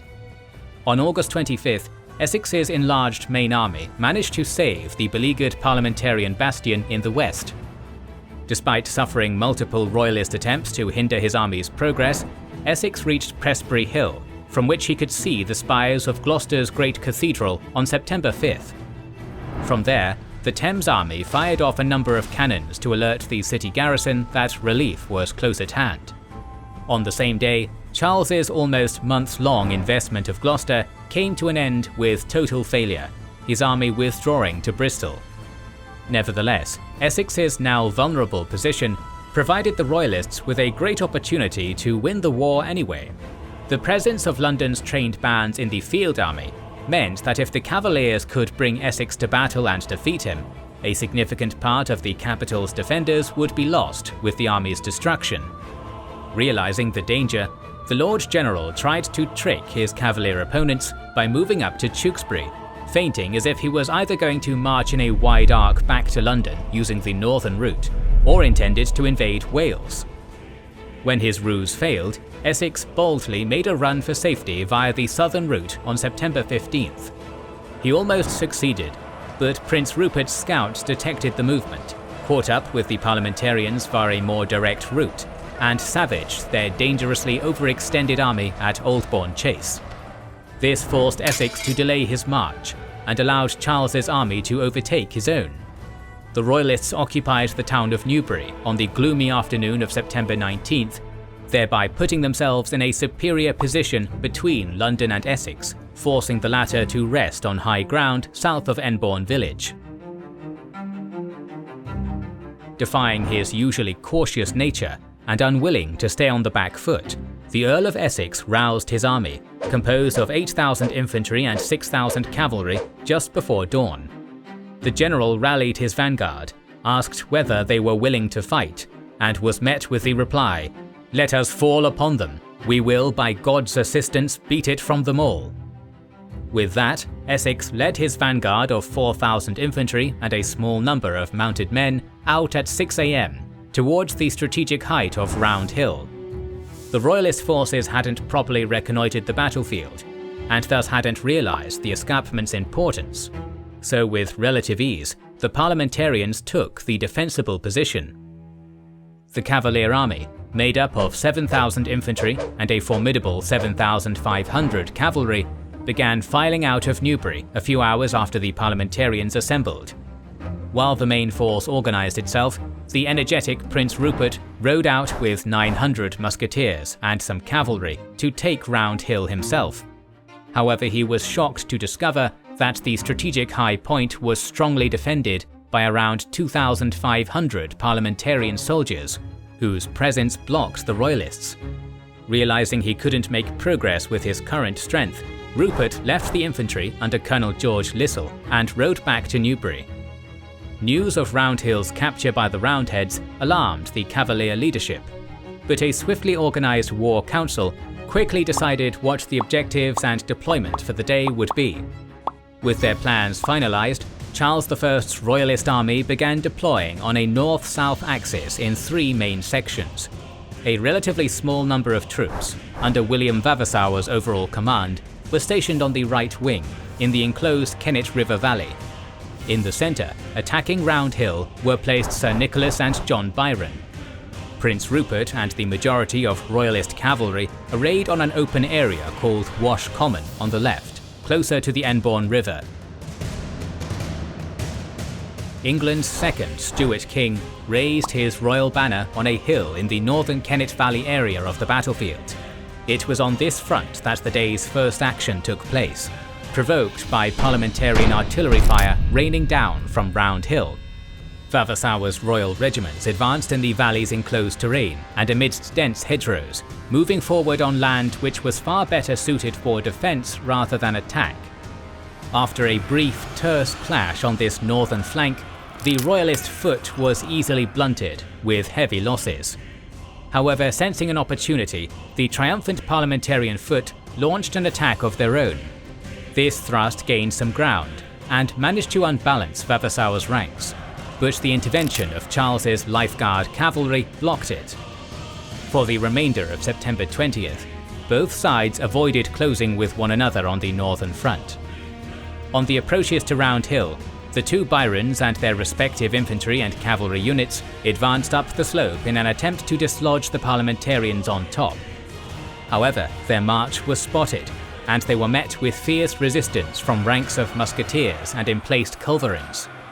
During the vicious fighting which broke out on the hill, an intellectual and anti-war aristocrat known as Lord Falkland, who fought for the Royalists, was killed by a musket ball. Soon after, Cavalier horsemen managed to rout a section of the Parliamentarian centre and were close to securing Round Hill. However, professional officers in Essex's reserve saw the danger, plugged the gap, and used disciplined volley fire from muskets to repel the horsemen. The king's forces were stuck in a stalemate here as well. As brutal close-quarters fighting was taking place on Round Hill, Prince Rupert was busy organising 6,000 Royalist horses on Wash Common. When the first line of cavalry was ready, it charged into Sir Philip Stapleton's Parliamentarian horse, who hadn't fully formed up on the opposite side of the common. Stapleton managed to put together a defence in time, using new delayed close-range volley tactics to drive the Royalist cavalry back twice. However, amidst the crack of carbines and clang of poleaxes on plate, Prince Rupert managed to turn the Parliamentarian cavalry's flank on the third charge, driving them back to Skinner's Green Lane. In the afternoon, reserve units of the London trained bands strode into the breach on Wash Common left by the cavalry, repulsing a probing charge by Rupert's horse. Instead, the Royalists resorted to a massive artillery barrage aimed at breaking the final Parliamentarian ranks. However, the supposedly inferior trained bands, who had no cover on the open plain, defied all expectations and stood stalwartly, maintaining their formation for many hours, even in the face of massed but inaccurate culverin fire. Nevertheless, this constant shelling eventually weakened the gallant Parliamentarian reserves. When Prince Rupert then led a thunderous mounted charge across the Common's northern sector at around 4 p.m, Essex's trained bands began to break, tearing open his line and threatening to scythe the entire army in two. At precisely that moment, the Earl of Essex bravely galloped onto the scene, riding among his retreating troops and inspiring them to turn around and fight. In one account, a cannonball is said to have landed only a yard from the Lord General, but his personal intervention was necessary. The trained bands, particularly their red and blue units, turned around and charged at the Royalists, reforming their formation and stabilising the front. After some subsequent lighter combat, both armies began disengaging at 7 p.m, after a ruthless 14-hour stalemate. Charles's forces retreated all the way to Newbury, where they stayed the night and conferred about what to do. The next morning, the Royalists chose to not re-engage, either because of depleted gunpowder supplies or because the High Command simply lost its nerve. Both armies lost about the same number of troops at 1,300 each, and even though Rupert had come close to victory, Essex escaped back to London in the aftermath. Newbury was just as tactically inconclusive as Edgehill had been the year before. Nevertheless, the battle would have far-reaching consequences. Although the king's armies were dominant in every theatre as 1643 came to an end, Parliamentarian allies in the far north were about to change the nature of the entire war. The Royalist summer had ended. By the time October of 1643 came around, the two kingdoms of Charles I had been embroiled in a bitter civil war for well over a year. The grave consequences of this violence slowly began to reveal themselves as the months went on, as atrocities against one's fellow countrymen became even more common on both sides, while the gentlemanly warfare of the early war faded away. As the Earl of Essex and his Royalist enemies were locked in the bloody First Battle of Newbury, political dealings between Parliament and the Scottish Covenanter government were reaching a conclusion which would intensify the war to an even greater degree. The Parliamentarians needed a strong military ally to win the war, and the Covenanters possessed an army ready to march. In return for a promise to implement the Presbyterian religious system in England, Scotland would help to crush Charles's Royalists. After months of back-and-forth negotiation, the so-called Solemn League and Covenant was finalised on September 25, 1643. Meanwhile, the king was bolstering his forces for the next confrontation, as Royalist soldiers, previously tied down in Ireland, began returning home. As 1644 began, the north of England came under decisive Royalist control by the efforts of William Cavendish, Earl of Newcastle. This all changed on January 16th, when the Covenanter army, made up of 18,000 foot, 3,000 cavalry, 600 dragoons, and 120 cannons, crossed the River Tweed and invaded English territory, entering the war on Parliament's side. It was led by the illustrious veteran of Lutzen, Alexander Leslie, the Earl of Leven. Leven's advance towards Newcastle was almost unopposed, but Cavendish quickly received word of the invasion and managed to beat the Scots to the city, mainly because Leven had to wait for his heavy cannons to arrive by ship. When he finally arrived before the city walls on February 3rd, he found many of the suburbs burned to the ground by Cavendish's defending force, who were now reinforced by 5,000 men. Nevertheless, the Tyneside city was put under siege. However, constant harassment of Scottish supply lines by veteran Royalist cavalry and lack of shelter, provoked by the defenders' scorched earth tactics, forced Leven to depart with most of his army on the 22nd. Only 6 regiments of the Covenanter army remained to continue the siege. Unwilling to let his enemy escape unhindered, Cavendish set out in pursuit with most of his own troops. Over the next few weeks, Leven and Cavendish maneuvered around one another, unwilling to engage because of the unfavourable terrain and bad weather. Finally, in late March, Leven engaged and defeated his foe in a close battle near Sunderland, forcing him to flee in the direction of York. By this loss, the northern forces of the king needed help immediately, and their main hope for such assistance rested with Prince Rupert, who set off towards Yorkshire to relieve Cavendish's battered host. In a brilliantly executed campaign, Rupert's meagre army broke a siege at the strategically crucial Royalist stronghold of Newark on March 22nd, with the prince almost losing his life in the attempt. Instead of continuing his march, the dashing cavalier withdrew to his base at Shrewsbury to raise more men, but barely had time to relax before terrible news came from the south. A week after Rupert's triumph in Nottinghamshire, William Waller got his revenge for Roundway Down by defeating Hopton's Royalist army at the Battle of Cheriton, a defeat which ended any prospect of Royalist victory in the south. Royalist fortunes had even begun to sour in Yorkshire, when on April 12th, an army of Sir Thomas Fairfax defeated John Bellacy at the town of Selby, and routed a significant portion of York's intended garrison. After receiving word of the unfolding disaster, the Earl of Newcastle force-marched his army for the second time in just under a year, hoping to reinforce York's defences before the Parliamentarians could get there. Once again he succeeded, despite losing many stragglers and deserters along the way, reaching the northern Royalist bastion on April 15th. 3 days later, the Covenanter army closed in on Wetherby and rendezvoused with the Parliamentary army of Sir Thomas Fairfax, fresh from its victory at Selby. Together, starting on the 22nd, the Allies put England's great northern city to siege. Charles I knew that if York fell, the north would fall. To deal with the sudden strategic crisis that the war effort now faced, leading Royalist commanders assembled at Oxford on April 25th for a council of war. After vigorous debate, Prince Rupert gained the upper hand.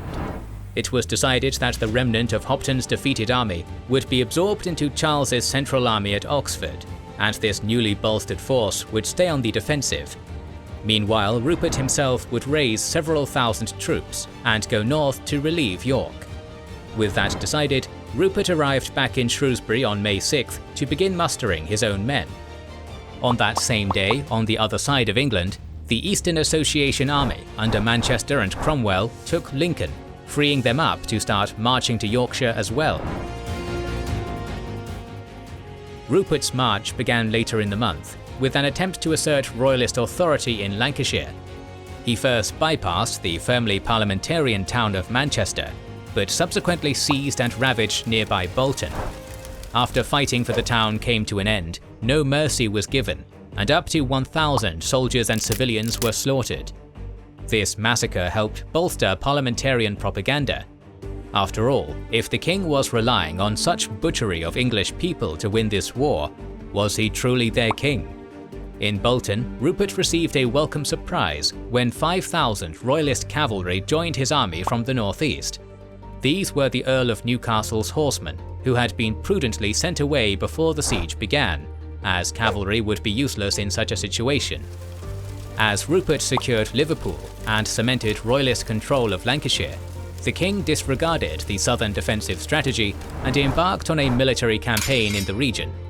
It was a disaster, leading to the breach of Oxford's defensive ring of garrisons and forcing Charles to flee to Worcester, with Essex and Waller hot on his heels. At this point, the king, realizing Prince Rupert's advice to only consolidate and defend in the south should not have been ignored, sent a set of ambiguous orders, which essentially left Rupert to make his own mind up. We'll talk about this theatre more down the line. Upon receiving the communiqué, the Cavalier General interpreted the unclear command in his own way. He would relieve York, as well as destroy the Parliamentarians and their Scottish allies, before victoriously marching south to save the king. After the campaign that was about to happen, he would carry that letter from the king for the rest of his life. Rupert's relief army, now about 14,000 strong, set off to relieve York. News that the prince's army was only a day away caused the allies to hastily lift their siege. They withdrew to proactively meet the Royalist army, moving their large combined force onto a ridge near a village 5 miles southwest of York, known as Long Marston.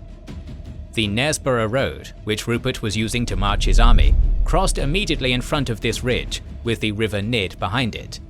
This rendered the direct route to York almost impossible to navigate for the Royalists without having a dangerous enemy army threatening their flank. Rather than risk such an attack, the wily prince resorted to deception. Just before dawn on July 1st, Royalist horsemen were spotted advancing up the Knaresborough Road. To the Parliamentarians and Scots, it was apparent that this force of cavalry were Rupert's vanguard, with the obvious implication that his main army was only a short while away. Accordingly, they drew up their men in battle formation and waited for the bulk of Rupert's army to arrive. However, the Royalist vanguard was just an illusion, luring Leven, Fairfax and the others into a false sense of security. While it did everything that a normal vanguard was expected to do, Charles's illustrious nephew swung the majority of his army north at Knaresborough town, crossed the Ouse at Boroughbridge, and was encamped in Gultree's forest by nightfall. Then his forces advanced even further, scattering a small detachment of enemy dragoons at Nether Poppleton and securing a boat bridge there. Realizing they had been outwitted, and fearing Rupert would be able to cut their supply lines to the south if he gave them the slip again, most of Parliament's combined army began marching south to Tadcaster, while its cavalry remained at Marston Moor, covering the retreat. At about the same time, the Royalist cavalry, which had previously been ordered to leave the city by Newcastle, strode back into York under Lord George Goring and formally relieved the city. In a brilliant manoeuvre, which was arguably one of his greatest in the entire Civil War, Rupert had saved old Roman Eboracum without firing a shot. Obeying what he thought to be the king's command to relieve York, then defeat Parliament's army, and then come south urgently, Prince Rupert almost immediately gathered his own and Newcastle's men. Bolstered by the reluctant York garrison and their even more reluctant commanders, the prince marched to Marston Moor and visibly challenged the enemy to a pitched battle. By early evening on July 2nd, 1644, two of the Civil War's largest armies so far were lining up against one another across Marston Moor. The battlefield was bounded in the east by Long Marston village and in the west by Tockwith. The 28,000-strong Parliamentarian army took position on a high ridge, while Rupert's significantly outnumbered 18,000 Royalists were forced to occupy a lower section of the moorland to the north. Their position was fronted by an irregular irrigation ditch, which would function as a useful defensive equalizer. On each of the Roundhead flanks, 3,000 English Parliamentarian cavalry and 1,000 Scottish troopers were arrayed in 3 lines of battle, supported by interspersed musketeers on foot. The right wing, closer to Long Marston, was led by Sir Thomas Fairfax, while the left was under the command of Oliver Cromwell, accompanied by his increasingly lethal unit of mounted troops, the Ironsides. Forming the mass of Parliament's army were 20,000 infantry in the centre of the battle line. In the vanguard were units from Lord Ferdinando Fairfax's Army of Yorkshiremen in the centre, Eastern Association Army troops of Manchester's on the left, and a brigade of Scots on the right. Behind them in the second line were more of Manchester's infantry and Leven's Scots, and even more Covenanters were in reserve. The supreme command of the entire army of both kingdoms lay with the Earl of Leven. Down the slope, Prince Rupert's feared Royalist cavalry matched their opposite numbers man for man and horse for horse, possessing about 4,000 on both the left and right, under Lords John Byron and George Goring respectively. Each of these divisions were also accompanied by musketeer units. However, the Cavalier army only had 10 to 11,000 foot in the centre.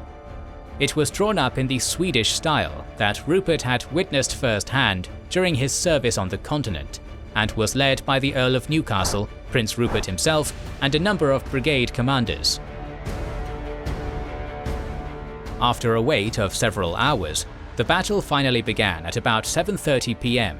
with an artillery duel on the western side of the field. Parliamentarian guns began blasting Byron's cavalry, causing a number of casualties and provoking a response from some Royalist cannons which had been placed on an area of high ground just in front.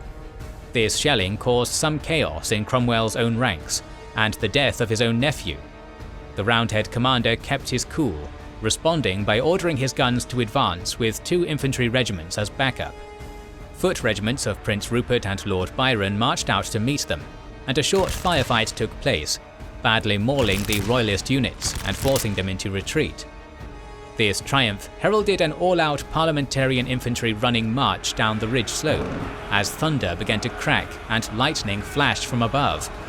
In the centre, the brigades of Lord Fairfax and Crawford made good progress, managing to push over the defensive ditch, and even capturing 4 Royalist Drake-class cannons.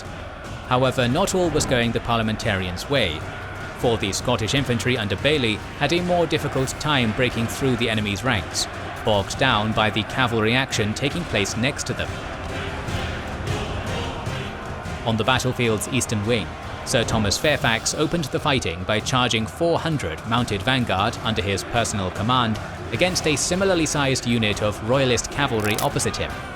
The result was a swift rout of the Cavalier horsemen in the direction of York, followed by Fairfax and his horse. However, this left most of the parliamentary forces without an overall commander, and they quickly became bogged down during the advance.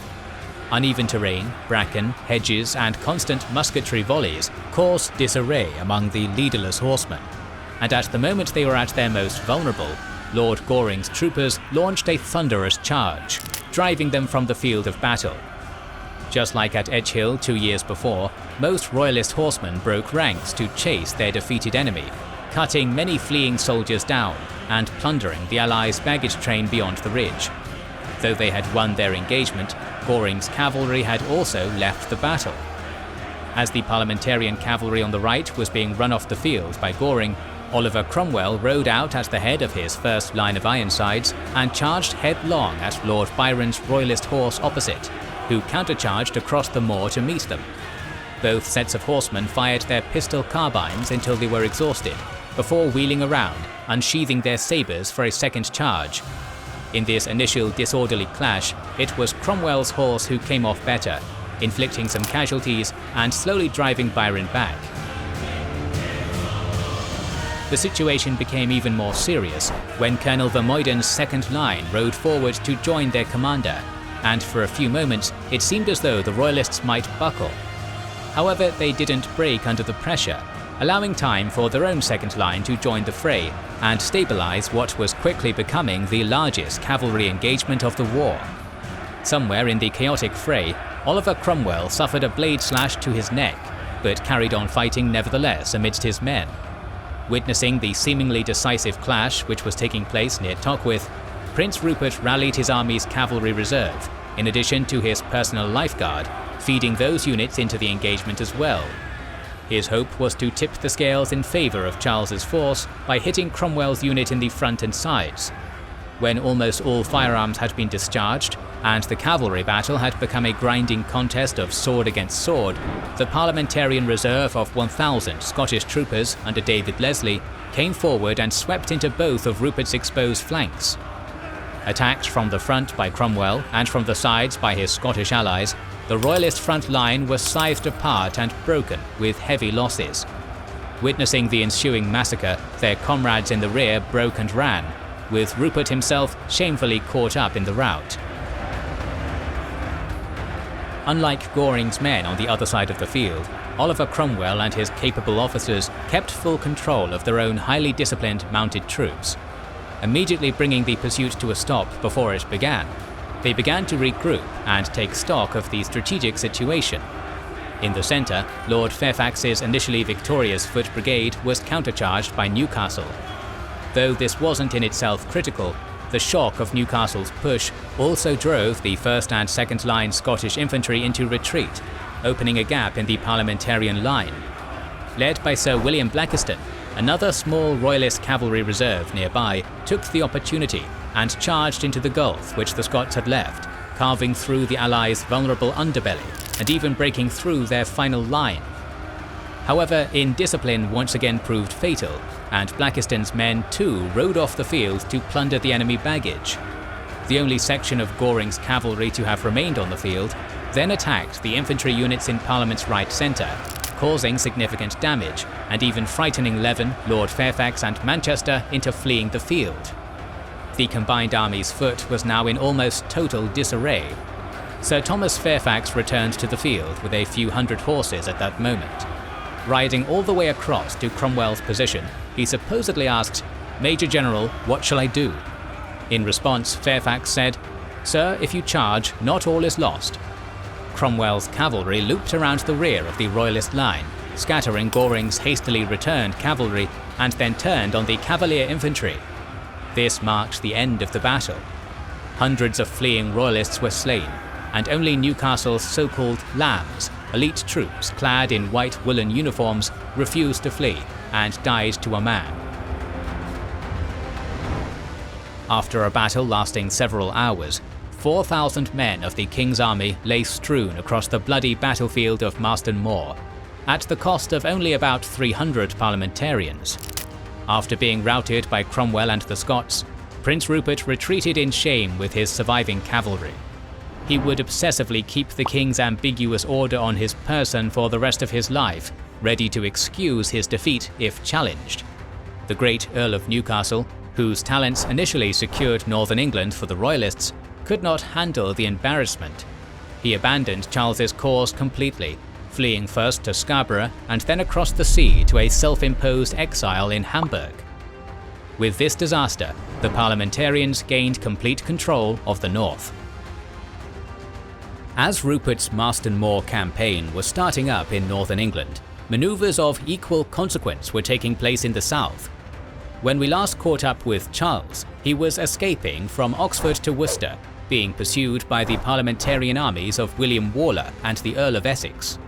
In a move which has since been regarded as a strategic blunder, Parliament's Committee of Both Kingdoms ordered the Thames armies to split up.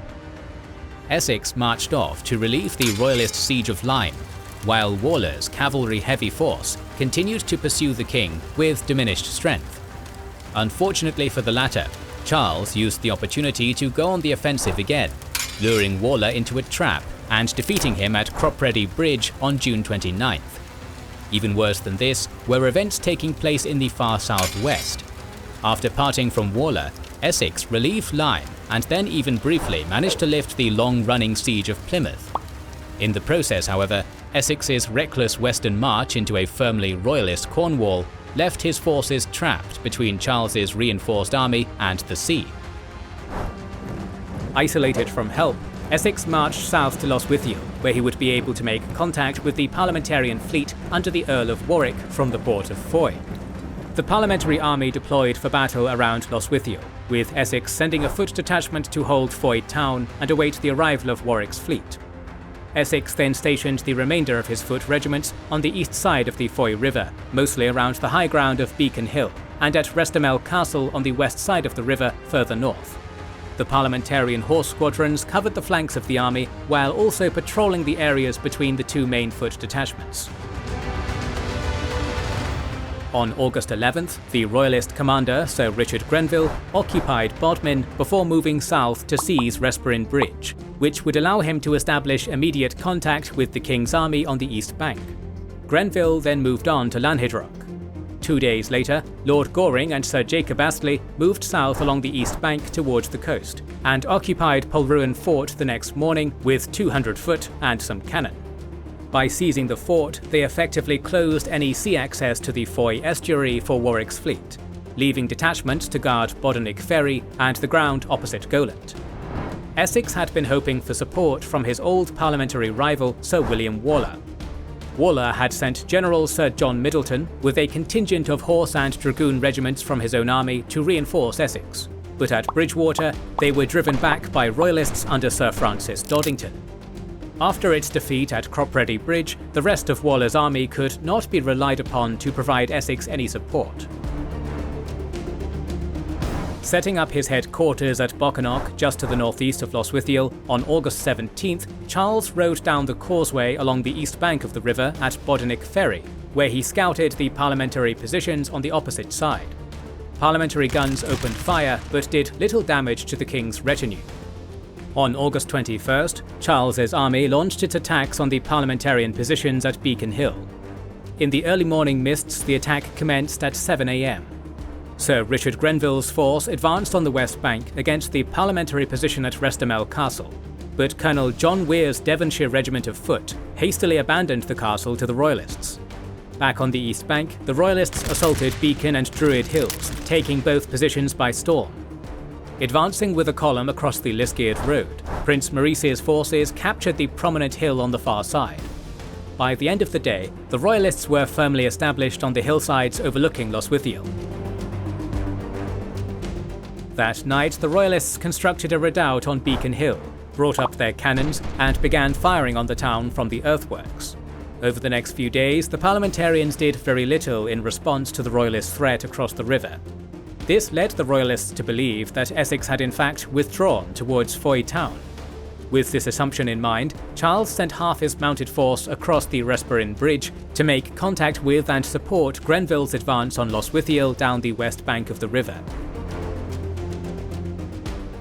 On August 26th, Lord Goring's 2,000 horse and Sir Thomas Bassett's command of foot marched to the southwest towards St Blaise in order to cut off Essex's route of escape and to prevent supplies from reaching the Roundheads via the coast.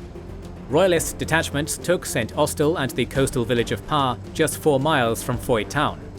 Essex's army was now effectively trapped within the strip of land between Lostwithiel along the river to Foy, a frontage of only 2 miles long and wide. Meanwhile, a large Royalist supply train reached Charles from Dartmouth, replenishing his stores of munitions with 1,000 barrels of gunpowder. In contrast, Essex's army was starving and short of ammunition, desperately clinging to its position at Lostwithiel. Warwick's fleet had been prevented from sailing into the estuary by persistent westerly winds.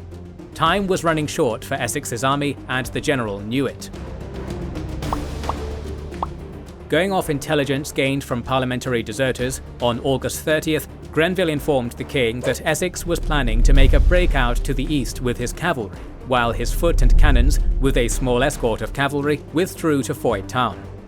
The king immediately sprang into action, giving orders to his regiments to attack any parliamentary troops attempting to break out of the encirclement. They fortified a cottage on the Lostwithiel-Liskeard Road and garrisoned it with 50 Royalist musketeers in order to halt the passage of any parliamentarian cavalry moving down the road to the east. Elsewhere, Royalist horse squadrons broke down the bridge over the Tamar River.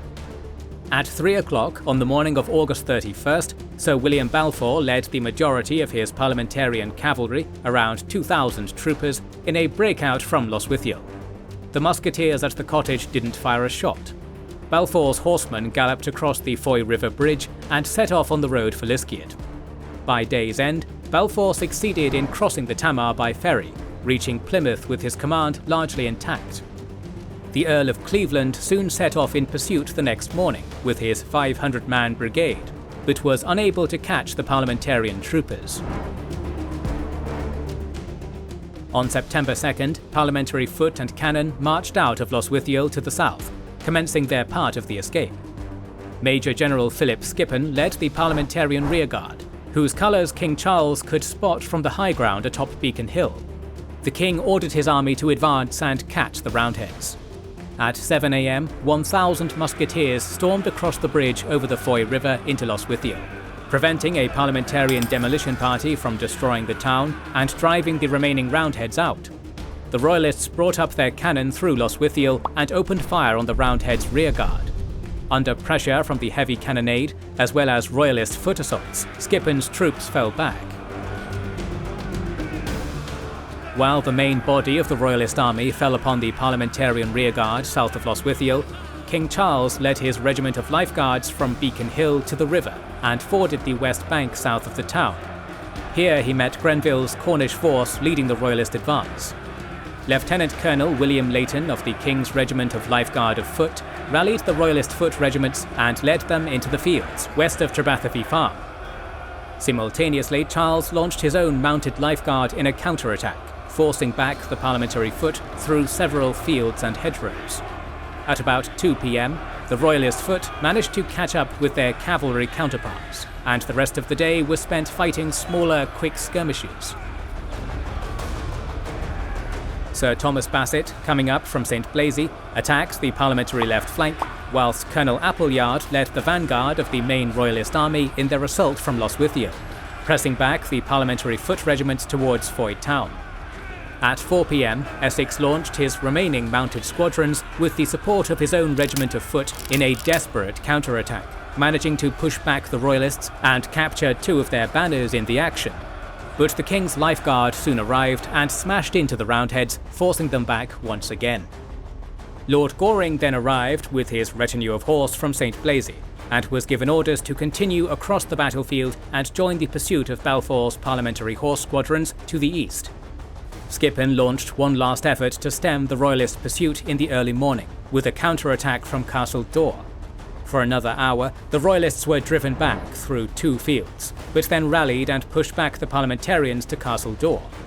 The Earl of Northampton's brigade of horse arrived and joined in the assault, but darkness ended the pursuit and the battle. Essex himself had to flee in a small fishing boat, and despite the fact his cavalry managed to escape, 6,000 footmen were forced to surrender at Lostwithiel. Alarmed at the sudden reversals of fortune so close to London, Parliament ordered Waller and the Eastern Association Army under Manchester to reinforce the west. When the King subsequently attempted to raise a Parliamentarian siege on Basing House in late October, he was blocked and forced to fight the Second Battle of Newbury against an army twice the size of his own.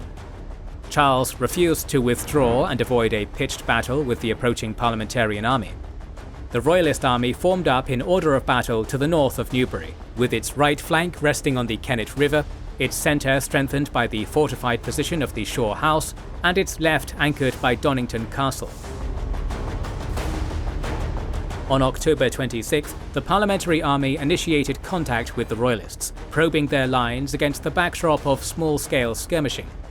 On Clay Hill, Parliamentarian cannons opened a heavy bombardment against the Royalists in the Shaw House.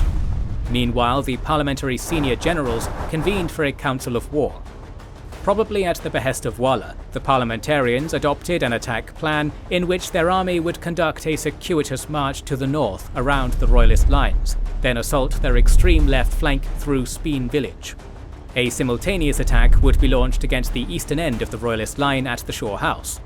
The flanking columns would have to march a distance of 13 miles, moving through villages and across the Lambourn before turning east towards Wickham Heath to Speen. Instructions were given out that a cannon shot would signal the commencement of the attack by the flanking force, while Manchester began his own assault on the Shaw House. Gathering intelligence on the Roundheads' intentions, the King shifted Prince Maurice's Cornish foot regiments and horse squadrons to Speen, where they set to work building a sturdy redoubt armed with several cannon.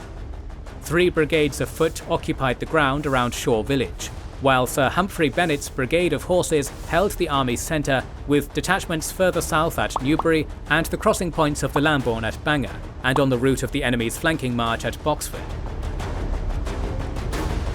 In the early morning hours of October 27th, the Parliamentarian flanking force began its march.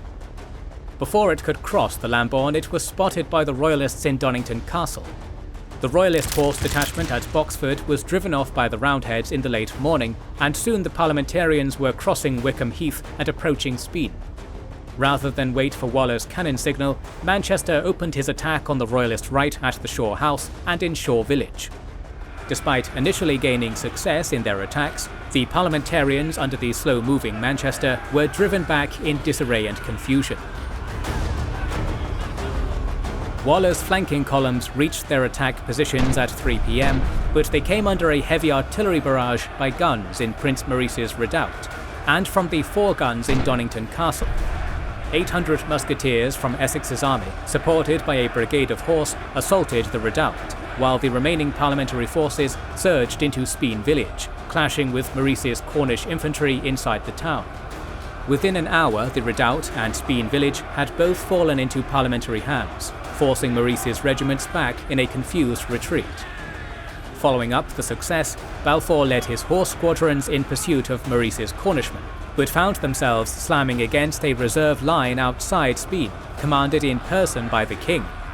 Through the efforts of the king's lifeguard, Charles was prevented from being captured by Balfour's troopers. As the daylight hours waned into the evening, Cromwell brought up a reserve retinue of cavalry, but apparently failed to seize the initiative and promptly attack the collapsing Royalist line. Lord Goring's horse charged Cromwell's own cavalry, and before long Cromwell was being driven back. Meanwhile, Balfour's horse were coming under fire from companies of musketeers posted in the ditches and around the hedges on the outskirts of Speen. Balfour's troopers were swiftly counterattacked and driven back by a rallied brigade of Royalist horsemen under Sir Humphrey Bennet. Back on the Royalist right flank, Manchester began his second assault around 4:30, with daylight fast fading away. He dispatched 2 columns from Clay Hill, the right-hand column engaging the Shaw House, while the larger left-hand column moved into Shaw Village. However, both of these attacks were halted by stubborn Royalist resistance and pushed back with severe losses. Before the Parliamentarian advance could continue on either end of the battlefield, darkness fell on the beleaguered troops, promptly ending the engagement. Against all odds, and despite the near capture of the king, Charles's army managed to retreat unimpeded, partially because of Manchester's reluctance to press the attack. The king's final campaigns of the year were similarly successful.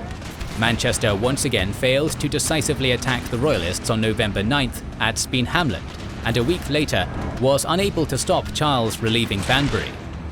On the 23rd, relative optimism pervaded the king's camp as the soldiers went into winter quarters. Parliament's failure to successfully end the war in late 1644 prompted recriminations and blame among the increasingly factionalized set of MPs during the winter of 44–45.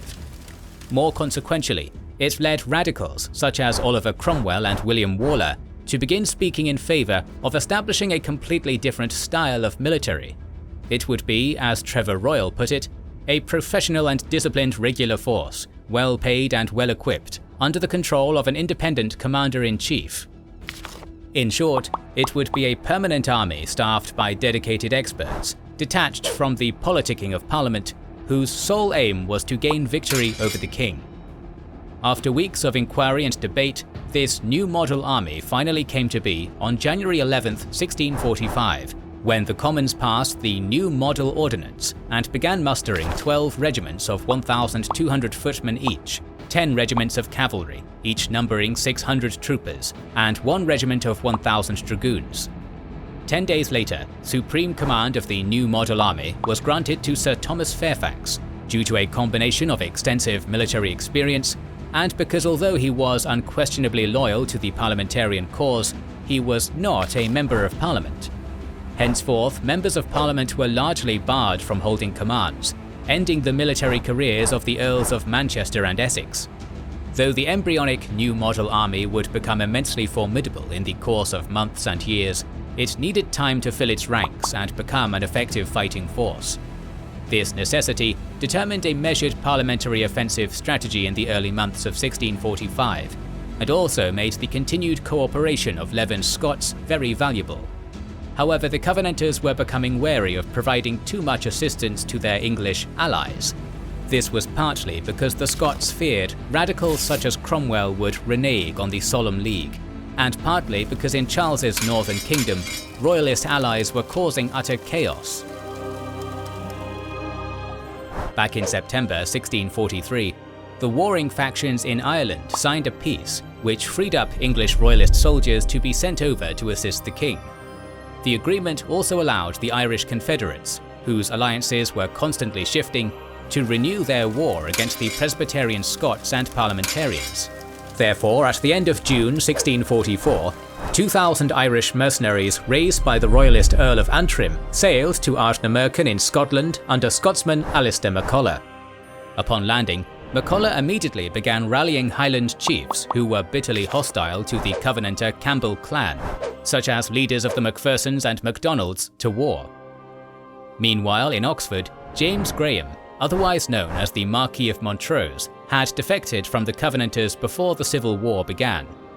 With the threat of his countrymen's pro-parliamentarian intervention at the forefront, Charles appointed Montrose his Lord Lieutenant in Scotland and sent him north with only 2 loyal companions. When Montrose arrived, he joined with MacColla at Blair Athol, and the two immediately made common cause. This was convenient for both men, because, as Stuart Reid points out, Montrose was in need of an army, and MacColla was just as desperately in need of an employer. This ragtag army of unlikely Celtic allies and even unlikelier Royalists moved south to Perth. Outside of the city, on the plains of Tippermore, Montrose and MacColla defeated a Covenanter army about the same size as their own, whose infantry was primarily made up of raw recruits. Soon they learned that a large Covenanter force was assembling at Stirling. Seeking to get clear of it and to raise local allies, Montrose marched north and bypassed Dundee on the way to Aberdeen, where another enemy army awaited him. Despite facing an army that outnumbered his own and which had taken a strong position, Montrose and his Irish colleague smashed the Covenanter loyalists again, inflicting 520 casualties and suffering only minimal losses of their own. Due to the death of his favourite drummer boy, who was shot in cold blood during pre-battle negotiations, Montrose let his troops viciously sack Aberdeen for 4 days on September 13, 1644. This event, fueled by generations-long blood feuds and sectarian hatred, would become known as Black Friday. In October 1644, Montrose campaigned throughout Aberdeenshire against his Covenanter rival, the Earl of Argyll, meeting his numerically superior forces in battle at Phoebe, where neither side was able to gain an advantage. When winter drew in, Argyll went back to Strathbogie and Montrose marched back over the hills to Blair Athol. Far more consequential than simply beating a few small Scottish armies, Montrose's actions were beginning to affect the war's greater strategic situation. The Covenanter government, growing concerned with Royalist success in their backyard, ordered Leven to detach 9 regiments of his own army, led by Marston Moor veteran William Bailey, to stop Montrose. Argyll and Bailey managed to unite their forces, but constant disagreement led to the two men parting company soon after. Montrose, unwilling to give his rivals a moment to relax, undertook a perilous march and descended on Argyll's 3,000-strong army with 1,500 of his own at Inverlochy on February 2nd. Again, the Marquis won a complete victory against a vastly superior force. These events ensured that Covenanter priorities would be directed away from winning the war in England, and diverted the attention of Leven's army away from the brewing campaign of 1645. Instead, they remained in the Scottish marches to prevent Montrose from receiving reinforcements from Charles. The Parliamentarians were on their own. With the Royalists lacking any real strategic direction, and Parliament waiting for its new army to sharpen its claws, campaigning in the south began in a disjointed manner. In the west, an array of the king's commanders attempted to secure the Welsh marches and take pressure off Chester. In the far south, Lord Goring ravaged Hampshire before retreating to Salisbury at the end of January. Hundreds of miles north, Marmaduke Langdale's Northern Horse managed to relieve Pontefract in early March, and was back in the Royalist stronghold of Newark by March 4th. The Committee of both Kingdoms fired the opening shot in Parliament's 1645 campaign by ordering Cromwell, who had returned from sparring with Goring's forces in the West Country, to move just east of Oxford on April 21st. Meanwhile, Fairfax led the bulk of the New Model army from Windsor to Reading. where he and his 10,000 were resupplied. While the now fully supplied Fairfax set about marching west to save Taunton from siege, Cromwell repeatedly harassed Charles's forces near their capital, brazenly seizing all the cart horses which would be needed to transport artillery, and preventing the royal army from leaving. However, when Goring and his 4,000 returning cavalry encountered Cromwell at Radcott Bridge on May 3rd, the Parliamentarian horse retreated south into friendly territory. With the troublesome parliamentary cavalry commander out of the way, Charles marched from Oxford to Stow-on-the-Wold with his troops, where he conferred with prominent Royalist leaders, including Goring, Rupert and others. Once again, the Council of War argued about the correct course to take, eventually concluding that Goring and 3,000 horse would split off west and bring Taunton into Royalist hands, while the main Royalist army would go north. Reacting to the enemy's movement, the committee changed its mind about the new model army's goals and sent its leader new orders. Reluctantly obeying, Fairfax sent 4 regiments to Taunton and turned most of his soldiers back, with the aim of an eventual rendezvous with Cromwell. The latter shadowed Charles's army from afar as it marched towards Chester, but was unable to prevent the Royalists from lifting the siege there. Parliament sent messages asking Levin for aid, but Montrose's continuing success in Scotland left the Covenanters unable and unwilling to divert resources south. Partially because the committee believed that Oxford would surrender without a fight due to bad information, Fairfax was ordered to besiege the city beginning May 21st, news which reached the Royalists only a few days later. In response, Charles's field army unexpectedly pivoted and began marching southeast towards Leicester, an important parliamentary garrison, which was reached just over a week later. Aiming to distract the new model army besieging their increasingly food-deprived capital, the Royalists attacked. A savage 2-day clash over the town's defences and a veritable violent storm of cannon shot followed, after which Leicester's garrison was overwhelmed and the city stormed and looted. However, 400 Royalist troops were dead and many times more wounded, depleting the king's strength severely. Seeing the danger of continuing to fight, and having gained much plunder, soldiers began to desert Charles and head home. His remaining army stayed in and around Leicester until June 4th, when it moved on to Daventry. Meanwhile, the fall of such an important Midlands garrison prompted the committee's order for Fairfax to raise the siege of Oxford and go bring Charles to battle. On June 9, 1645, 2 key decisions were made by Parliament. Firstly, Fairfax was given strategic independence from the committee. Secondly, Oliver Cromwell, Parliament's rising star, was confirmed in his assignment to the heretofore vacant position of Lieutenant General of Horse in the new model army. Realizing that a fight might be on the horizon, Prince Rupert ordered an increasingly lethargic Lord Goring to return from the West Country. However, Goring's response letter, which reiterated his temporary inability to return and pleaded the king not to fight until he did, was intercepted by the new model army. This intelligence coup had twofold consequences. It alerted Fairfax that he didn't have to worry about Goring reinforcing the king, while also depriving the king of any knowledge that he was not going to be reinforced. Now confident about their chances, Fairfax and Cromwell moved closer to the Royalist position, which the efficient scouts of the new model army reported to be close by. The Royalists attempted a retreat north to recruit more troops, but as they did, their rearguard was constantly harassed by Parliamentarian cavalry attacks. It became clear near the Northamptonshire town of Naseby that a key decision had to be made. Prince Rupert uncharacteristically ordered a further withdrawal and avoidance of battle, but his advice was not heeded. The king would stand and fight. At this point, it's worth examining the armies which faced off on that historic day in summer 1645. Deprived of its northern manpower base, the Royalist force deploying on Dust Hill near Naseby was far diminished from that which had done battle at Marston Moor the year before. Its core infantry brigades in the 1st and 2nd lines numbered 3,500 veteran soldiers, comprising 2,925 musketeers and 575 pikemen. In the left centre were the regiments of Sir George Lisle, and to his right were arrayed units under Henry Bard, as well as the Queen's personal lifeguard. In the right centre were regiments under the command of Sir Edward Hopton on the inside and the Duke of York on the outside.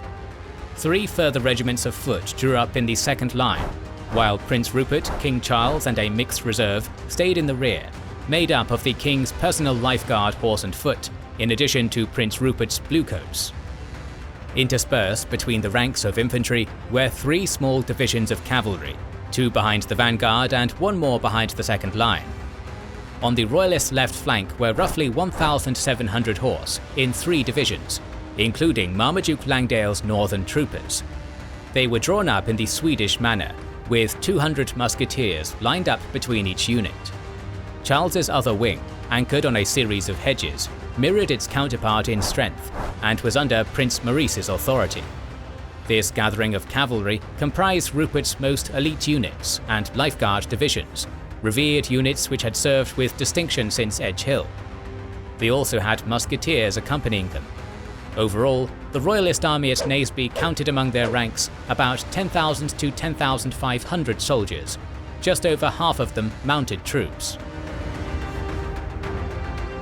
After some prompting from Cromwell, the numerically superior New Model Army took up a position on the opposing Closter Hill, the red and blue uniforms of its soldiers making it stand out on the verdant landscape. Its pike and musketeer infantry in the middle probably numbered about 8,500 in 3 lines of battle. 5 regiments were in the first, 3 manned the second, and half a regiment was in the third. The foot were led on the tactical level by Philip Skippon, one of Parliament's most veteran infantry commanders, while Lord General Sir Thomas Fairfax was with his reserve, overseeing the battle from a strategic distance. On the wings, Lieutenant General of Horse Cromwell commanded 4,000 mounted troops on the right, including the now infamous Ironsides. On the other wing was Henry Ireton, Cromwell's son-in-law, who opposed Maurice with about 2,500 on the Parliamentarian left. At around 9:30 in the morning on June 14th, Cromwell surveyed the situation from his elevated position on Mill Hill. He became determined to exploit a potential opportunity in a feature which anchored the western side of the Parliamentarian formation, the Sulby Hedges. The Lieutenant General energetically rode away to the rear and arrived half a mile later in the presence of a dragoon contingent under Colonel John Oakey. At Cromwell's instruction, the Colonel's dragoons mounted their horses, moved out beyond the hedgeline, and ascended the slope beyond. After riding west of the bushes for a short while, fully visible to the Royalist army, the dragoons approached Maurice's right side cavalry. There they were met by volley after volley of musketry from units who had prepared in advance for their arrival, and were forced to withdraw down a small slope for cover.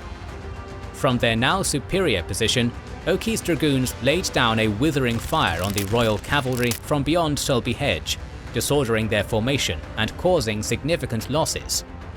Receiving reports of a developing situation on the right wing which required attention, Prince Rupert moved out from his position behind the Royalist foot to appraise the situation. Upon arriving, it was immediately clear that Maurice's horse could not withstand such harassment in their current position, and so were ordered to advance immediately. After moving out of range, the Royalist cavalry took a moment to halt, reordering themselves, before launching a thunderous charge. Opposite them, Henry Ireton's horse returned the gesture, galloping down Sulby Hill and meeting their foe at its base in a fierce clash. On the inside, closer to the infantry, Vermuyden and Ireton's units were incredibly effective, routing 3 cavalry divisions opposite them and then moving to wheel on the Royalist centre. This proved to be a mistake. Rupert's units on the outside decisively swept the Parliamentarian horse arrayed against them off the field, and then turned to crash into the now distracted Ireton. The latter's forces completely collapsed at being hit in the rear, and were routed from the field, pursued towards the artillery train by the victorious units under Rupert. Once again, the prince had failed to press his advantage. At this point, about 11 AM, Charles's infantry vanguard began a forward march with its right side angled slightly ahead of the rest. Unfortunately for the New Model Army, both their muskets and heavy guns fired too high, barely inflicting any damage on the advancing veterans.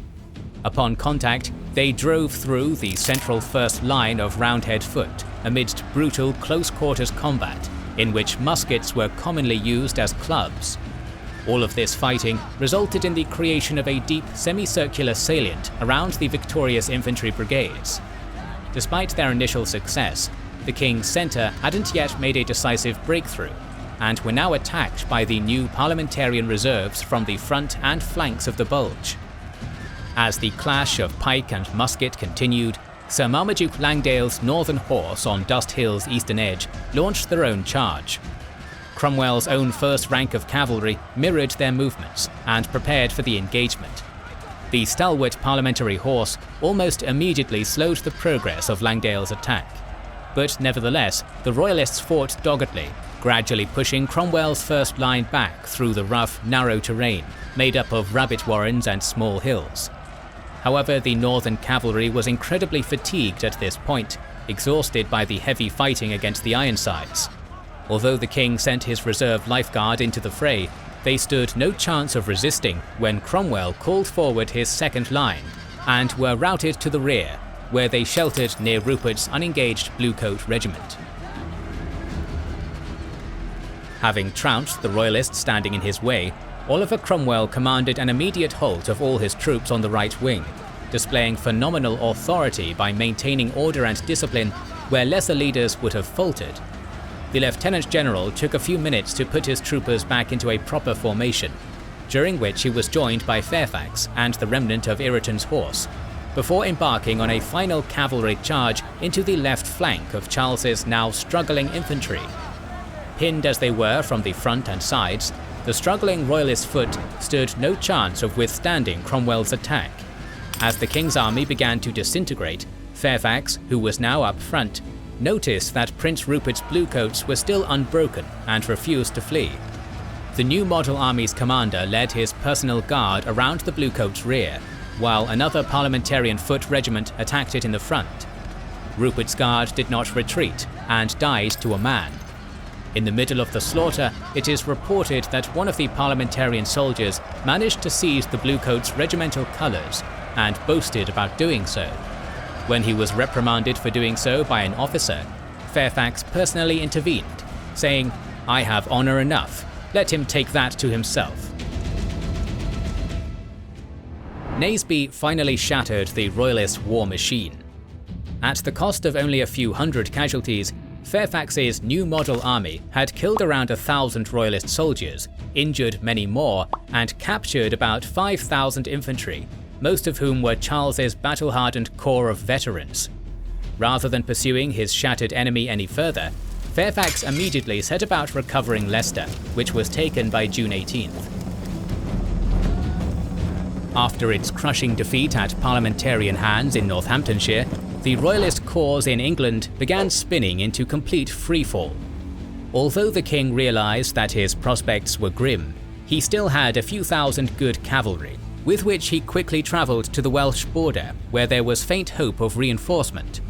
Back in the Midlands, and fresh from recapturing Leicester on June 18th, Fairfax didn't bother pursuing Charles, instead marching towards Taunton. There, the last fully constituted Royalist field army, about 9,000 strong and under Goring's command, was besieging the city. Receiving word that he was about to be attacked by the superior new model army, Goring lifted the siege and attempted to withdraw towards Bridgewater. Unfortunately for this ardent kingsman, Fairfax was too quick and engaged him at Langport on July 10th, destroying the final Royalist field force. If the destruction of Goring's army and Parliament's subsequent occupation of the West Country wasn't bad enough, Fairfax then marched north to snare Bristol, the King's last great manufacturing hub and prime gateway to Ireland. In the aftermath of Naseby, Charles valued the city's security so much that the illustrious Prince Rupert, demoralised but still fiercely loyal, was appointed its governor and ordered to keep it against the enemy at all costs. So confident was he that assurances were given to the King that Bristol could hold until at least Christmas. However, not even the man who was arguably Charles's foremost commander could withstand Fairfax's momentum. After a miserable siege of just 18 days, a hopeless Rupert surrendered Bristol on September 10th in return for mercy and an escort back to Oxford. When the king got word of the prince's abandonment of Bristol, he was utterly distraught. In response, a royal letter of condemnation was penned, containing, among other things, "What is to be done after one who is so near to me, both in blood and friendship, submits himself to so mean an action?" For the Royalists, the bad news just kept on coming. Only 3 days after the betrayal of Bristol, as conspiratorial Royalist courtiers dubbed it, news reached Oxford that the Marquis of Montrose, Charles's singular ray of hope in Scotland, had been defeated at Philiphaugh with the loss of his entire army. Although the Marquis continued to cause trouble, there would be no salvation from the north. Increasingly deprived of options, the king marched north in an attempt to relieve Chester, the hypothetical landing point for any Irish Confederate soldiers who might come to aid him. He arrived on the 23rd, but was quickly bested in battle and forced to withdraw back to Oxford via Newark. The following months were an extended litany of bitter disappointment and failure among the Royalist partisans. Though there were no major battles which took place, garrisons fell one by one until by early 1646, Parliament controlled most of the country. Fearing for his son and heir's safety, Charles sent the Prince of Wales to France at around this time. The final act of the First Civil War played out at Stow-on-the-Wold on March 21st, when new model units under Richard Brereton intercepted and defeated a 3,000-strong Royalist contingent moving back south to reinforce Oxford's skeleton garrison. Some of the cavalry managed to break out of the trap and reach Charles's position, but the army's commander, Lord Astley, and the majority of its Welsh levies capitulated without much resistance. As he was led off the field, Astley turned to his men and said, "You have done your work, boys, and may go play, unless you will fall out among yourselves." With the armies closing in all around Oxford, Charles slipped out of the city with only 2 companions and went north. For months, covert negotiations under French supervision had been taking place between the king and the Covenanters, who were deeply unsatisfied with their treatment by Parliament. Having received promises that he would be treated honourably and would not be forced to do anything which troubled his conscience, Charles entered Levin's camp at Newark on May 5th and was taken prisoner. The king now had protection in custody, while the Scots had an invaluable piece on the chessboard. Keen to keep him secure, they moved back to Newcastle on the 13th. At about the same time, tension between the king's jailers and the English Parliament were reaching a fever pitch. On August 12th, the committee of both kingdoms' Scottish commissioners informed their counterparts that although the war was won, they were only prepared to withdraw their army from northern England if the £1.8 million they were owed as compensation was paid. The quickly splintering factions managed to reach a financial settlement, but it was clear that, above even this, the Covenanters were furious at Parliament's disregard of the Solemn League and Covenant. Rendering the Scots' war aims even less plausible was the failure to convert the captive king to Presbyterianism, or at least to agree to impose it on his kingdom as Parliament had promised before.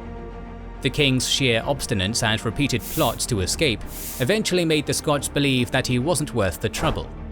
On January 28th, they agreed to sell Charles to the English Parliament in return for instalments of outstanding payments totaling £400,000. With that done, the Scottish army began withdrawing back to their own country and demobilising after almost half a decade at war. The king, meanwhile, was transported to house arrest at Holdenby, repeatedly being met by cheering crowds on the way. In London, Parliament was not the strong, relatively united faction which had managed to win the Civil War. Instead, without Charles as a strong enemy to come together against, the rift between the Presbyterian moderates and the more radical independents grew dangerously wide. In late February and early March, members of the Presbyterian faction, who generally sought accommodation with the king, were busy shooting themselves in the foot by unilaterally disbanding the new model army's infantry regiments, which were often led by independents. To make the slight even more cutting, this was to be done without payments of outstanding wages that the troops were owed. The army had a number of other motivations, including the politics espoused by a group of aspiring egalitarians known as Levellers. They believed that the army's anti-royalist triumph was to herald a new age of equality and the elimination of wealth and privilege.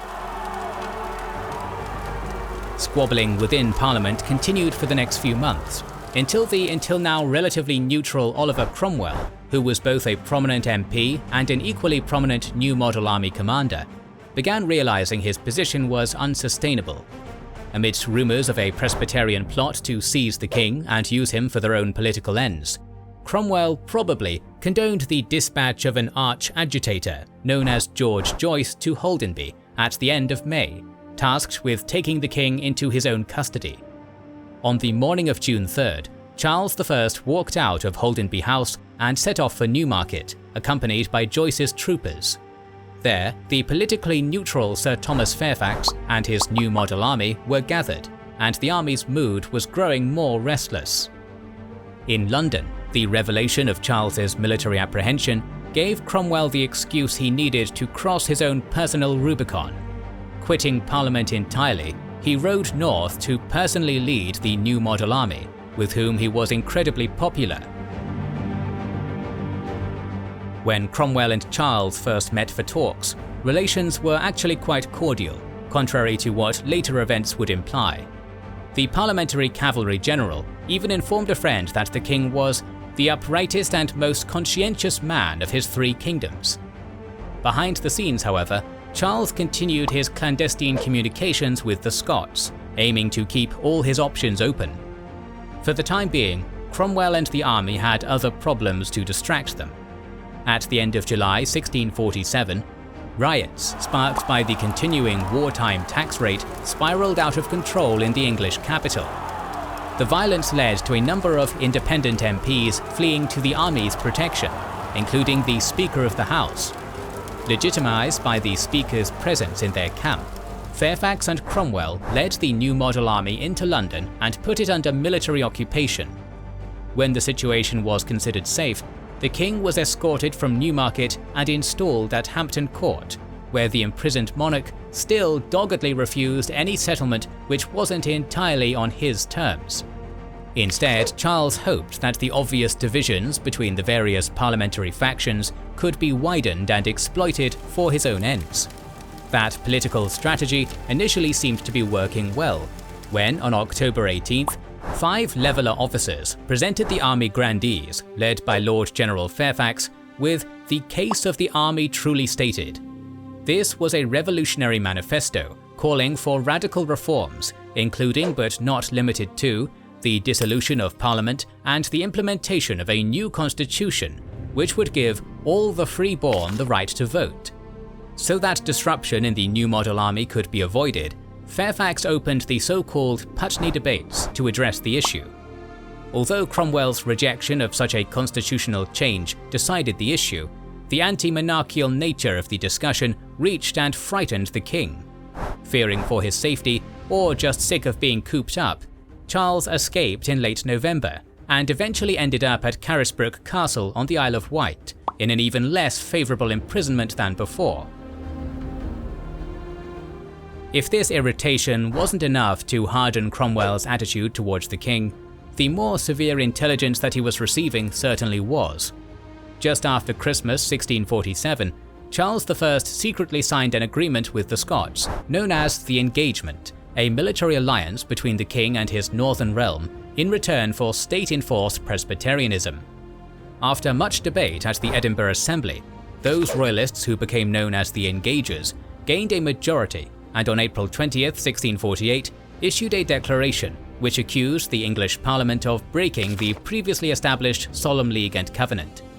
It also demanded uniformity of religion and the complete disbandment of the New Model Army, which the Scotch considered to be the most troublesome piece on the chessboard. This was completely impossible for the English, and so only a week later, the Engagers began mobilizing for war against their recently dismissed ally. But this time, however, Parliament and its renegade army were already dealing with the embers of unrest in England. In late March, a spontaneous revolt in support of the king had broken out in Wales, led by Colonel John Poyer. However, it was quelled in short order by the swiftly moving Cromwell. Meanwhile, in the north of England, the efforts of revanchist Royalist commander Marmaduke Langdale were limited due to the intervention of General John Lambert. This wasn't the end of Parliament's troubles. In late May, an overly draconian parliamentary commissioner in Kent provoked an uprising, which, while enjoying some success, was eventually confined within the city of Colchester, which was put under siege on June 12th. Although all of these revolts still posed a threat on their own, everyone on Parliament's side knew that an invasion from Scotland was imminent. As one of Charles's allies stated, "It is Scotland, and Scotland only can save the King and England. All others have their rise from the expectation of Scotland."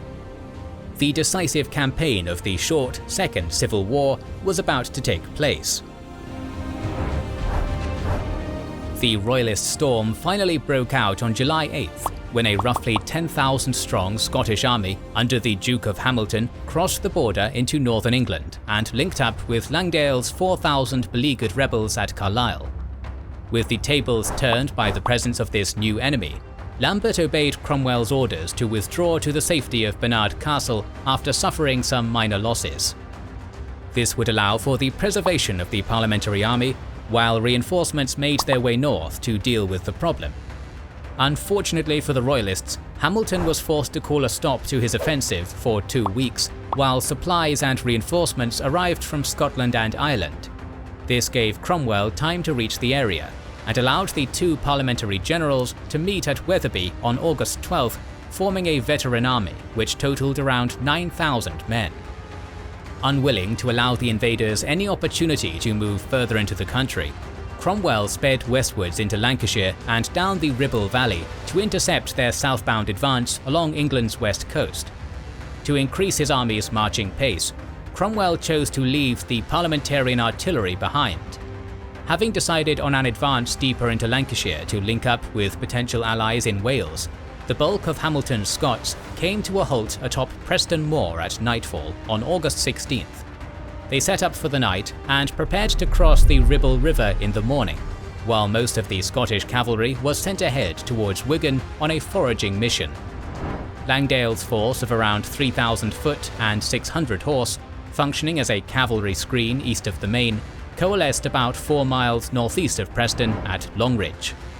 Due to inadequate reconnaissance, the King's supporters were completely unaware that Cromwell's 9,000 were only a few miles away, encamped at Stonyhurst Park. As the sun came above the horizon on August 17th, Hamilton ordered Bailey to begin marching the Scottish foot across the river.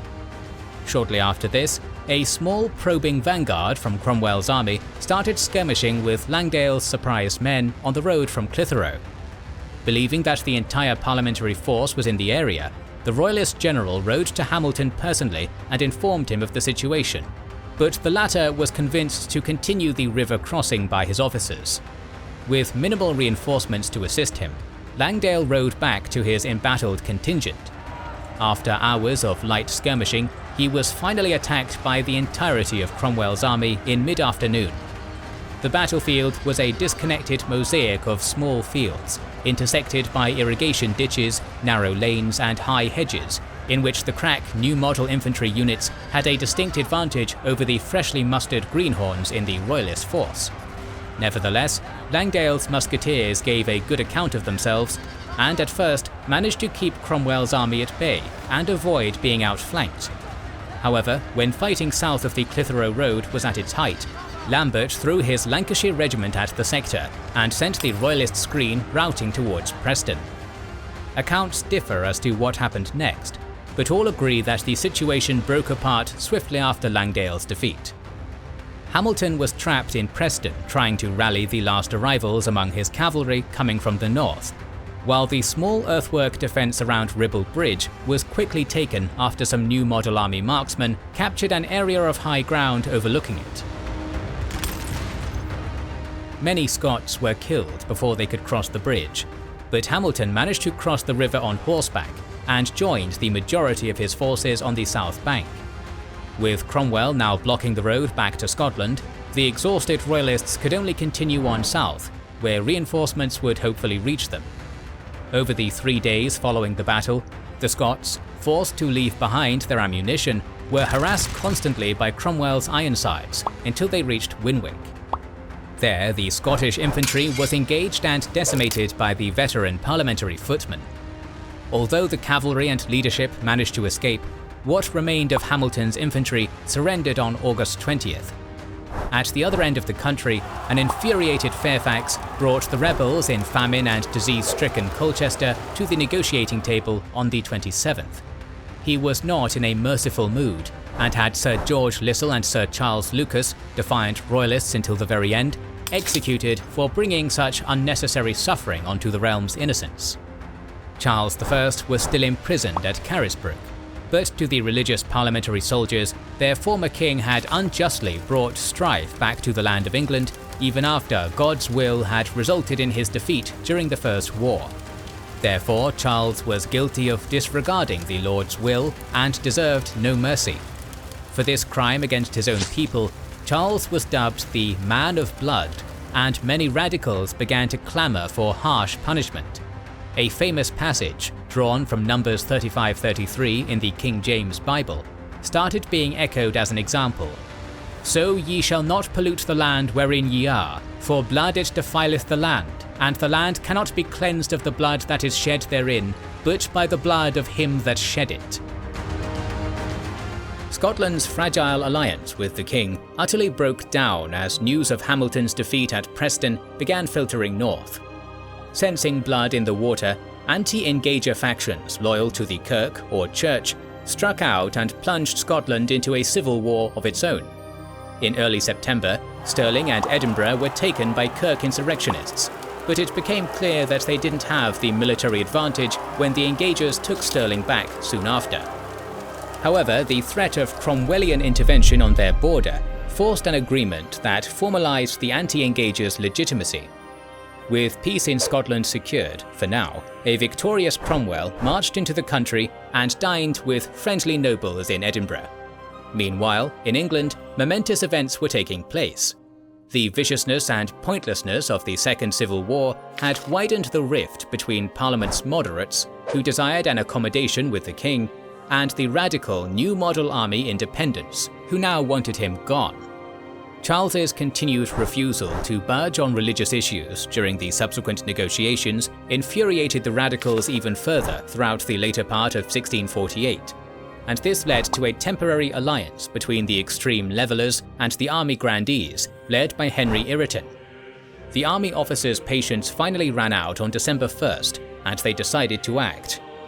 Charles was forcibly returned to the mainland and installed at Hurst Castle, while Fairfax and the main force occupied London the following day.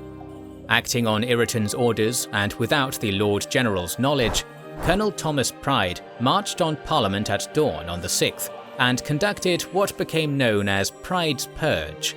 MPs who voted for engagement with the king were blocked from entering the Commons or arrested, leaving a pliable rump parliament of 156 members. From that point on, the military was in control of the country, and it set about using its newfound authority to punish Charles I for his crimes. On the first day of 1649, Ireton's new puppet parliament decreed the establishment of a high court to charge the king. The captive monarch was taken from Hurst to Windsor, and then a day later to St James's Palace in London, which Parliament used as the king's jail. Before being parted from his son, Charles told the boy that "the corn is in the ground, we expect the harvest." He knew exactly what was coming.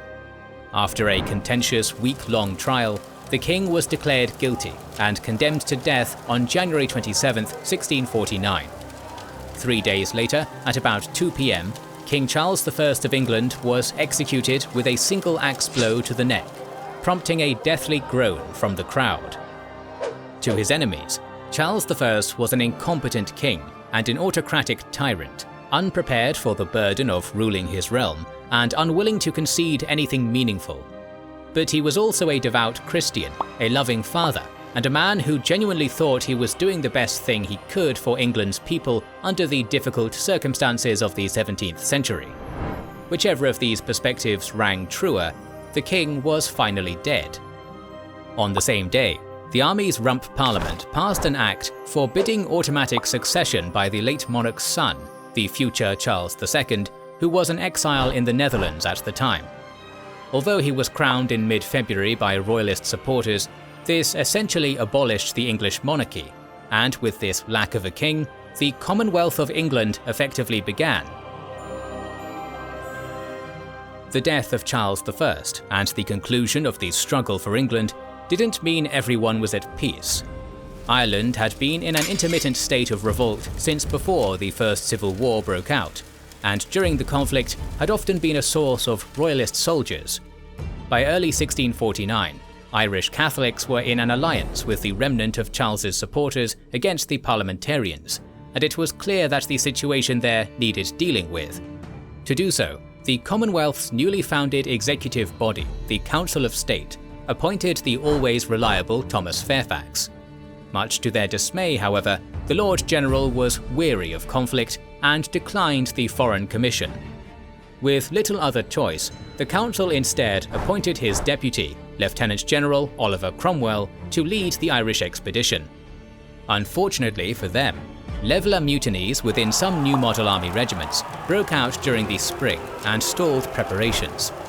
Led by reformist figures such as John Lilburne, the radical levellers had become disillusioned by the lack of political change in England post-Civil War, and had come to believe that the king's tyranny had simply been exchanged for the tyranny of an oligarchic parliament. In what would be Lord General Fairfax's swan song action as the army's commander-in-chief, he and Cromwell rallied loyal forces against the mutineers and crushed them in a night assault on May 13th near Burford. In the aftermath, many leveller notables were executed, and the movement as a whole lost most of its political power. With the military's internal unrest resolved by early summer, Cromwell at last set off for his campaign in Ireland with 12,000 soldiers and fervent Protestant zeal against a people whom he would come to refer to as barbarous wretches. Most of Cromwell's fleet set sail on the 14th of August and arrived unopposed in the port of Dublin a day later. Ireland's Royalist leadership, under the Duke of Ormond, believed that bleeding Cromwell dry of blood and money in prolonged sieges was the best strategy after recent defeats. To that end, much of their manpower was redeployed to strengthen strategic castles and towns on the invaders' route. One of these would-be fortresses was Drogheda, a city located on the main road from Dublin to Belfast. It possessed large medieval walls, and to make attacking it even harder, was bisected into northern and southern sections by the Boyne River, with only a drawbridge to cross between the two. However, Ormond and Sir Arthur Aston, the local commander, didn't believe Drogheda would be a primary objective for Cromwell. Therefore, they were not prepared when on September 2nd, outriders under an officer called Michael Jones appeared on the northern bank to cover the western approaches. Some minor skirmishing took place, which didn't have much of an effect, but this vanguard's arrival preceded the main parliamentary army, which marched into view on the following day. Immediately taking note of the city's geography, Cromwell concentrated his main army force south of the Boyne and left Jones's cavalry to split the defenders' manpower. Things got worse for the Irish Royalist defenders when 8 heavy Parliamentarian siege cannons arrived by river on the 5th. After being unloaded slightly downstream, the guns were organised into 2 batteries with converging fire, targeting the south and southeastern walls, where assault would be less costly. The plan was simple: smash 2 adjacent sections of the wall, penetrate the separate but mutually supporting breaches, and capture the Dulick Gate and Boyne drawbridge. Cromwell sent demands for Aston's surrender, but the overtures were rejected, so the assault was on. On the 9th, Parliament's cannons began a bombardment which continued for 2 days. All the while, Cromwell deployed his men to be ready for an advance through the breach. 3 regiments of infantry were placed at the eastern wall under Colonel John Hewson, while Cromwell personally led the bulk of his army and its reserve opposite the southern gate. Drogheda's centuries-old fortifications held firm against the cannonade until the 11th, when 2 holes were blown through both axes of the wall's southeastern corner. Reacting to the danger, Aston moved his command post to Mill Mount and ordered trenches to be dug around the breaches as a secondary defence.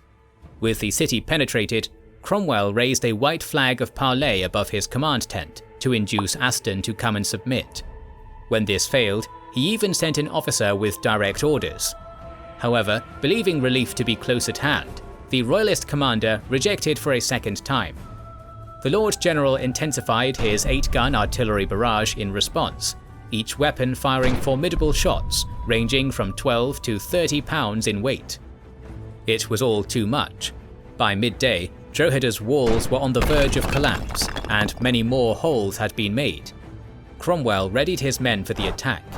At 5 p.m, Colonels Castle and Hewson led their frontline units into the city and initially managed to seize a foothold beyond the wall.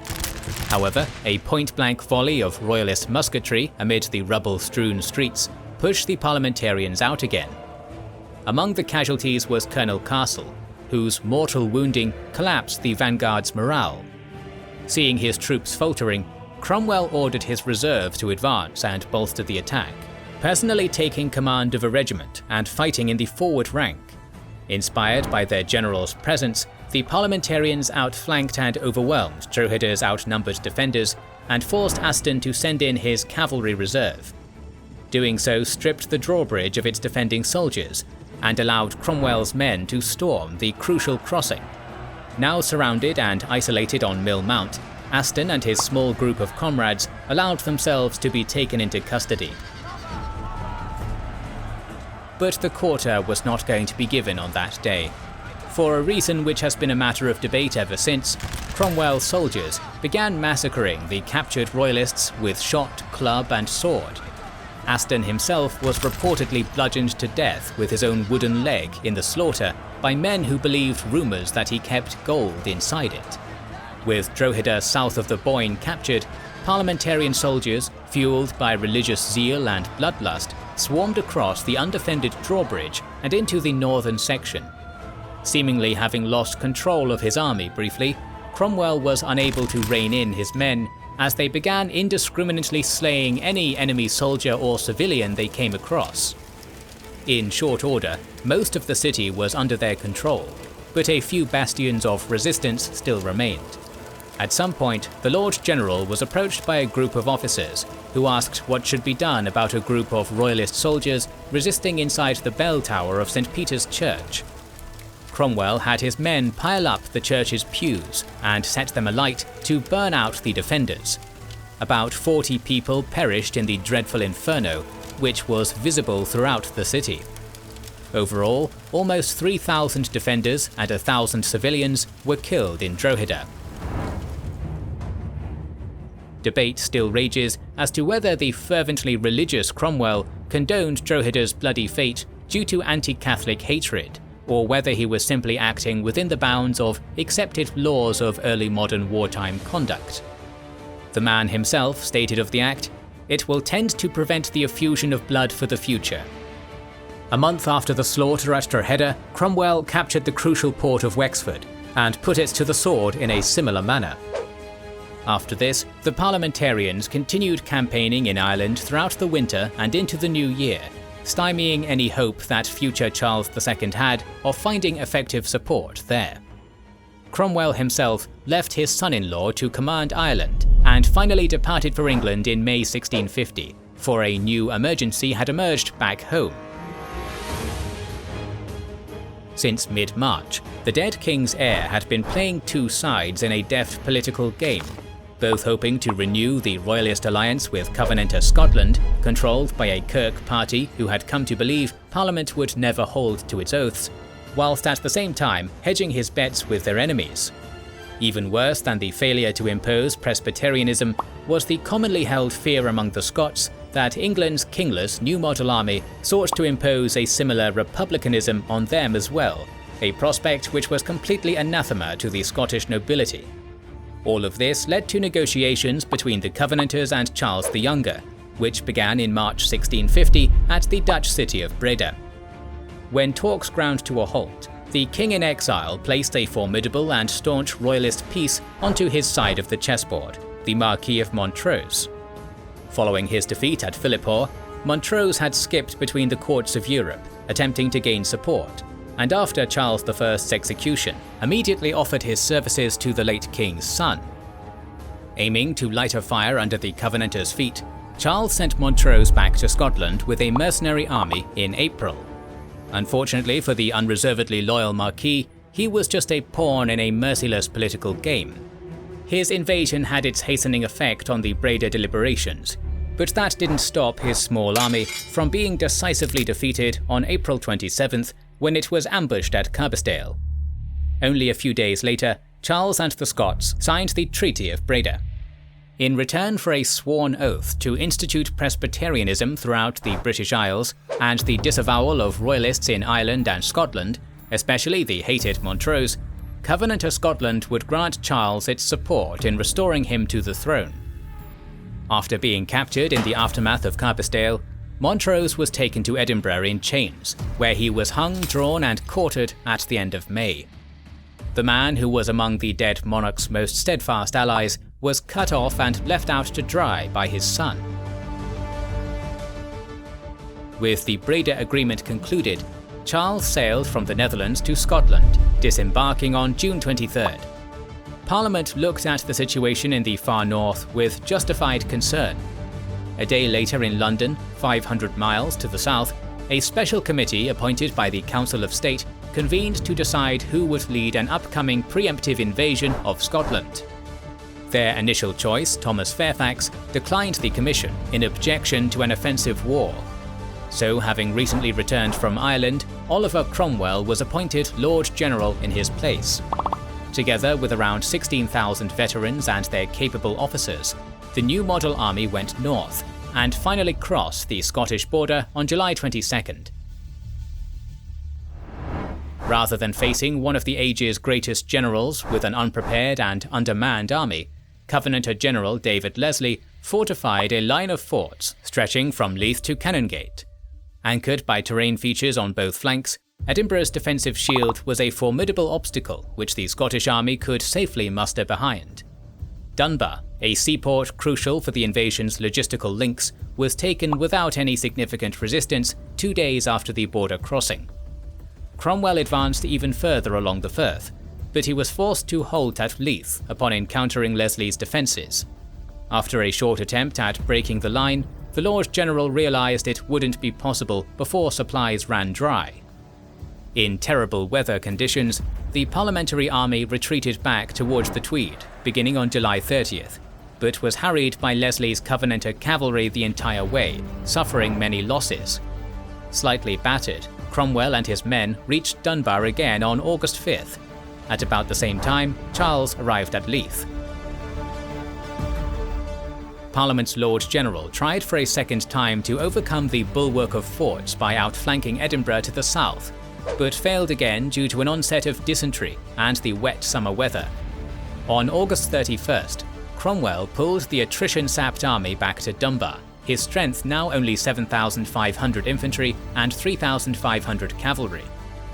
Perceiving a chance to cripple the already weakened New Model army, Leslie sent one of his infantry brigades around to take the pass at Cockburn's Path, beyond Dunbar, cutting Cromwell's line of supply, reinforcement and retreat. Meanwhile, the bulk of his army, about 14,000 men, secured the prominent Doon Hill, overlooking both Dunbar and the Berwick Road.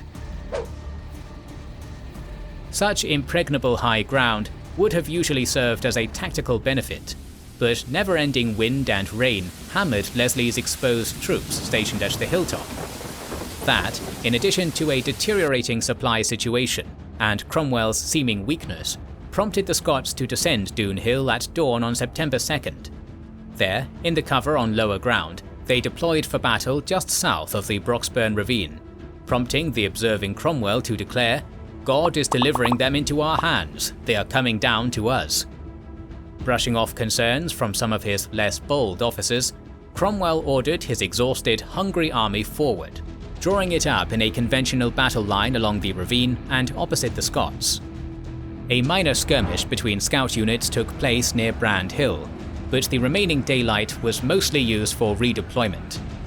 At some point, Leslie ordered the majority of his cavalry, about 18 regiments of it, to swap flanks and mass on the Berwick Road where the Broxburn was easier to cross. The unpassable inland flank was now guarded mostly by the Scots infantry. Night fell, with the Parliamentary command no less worried than they were before. The army was exhausted, its supply situation was sketchy at best, and they were trapped in Scotland with an enemy army between them and home.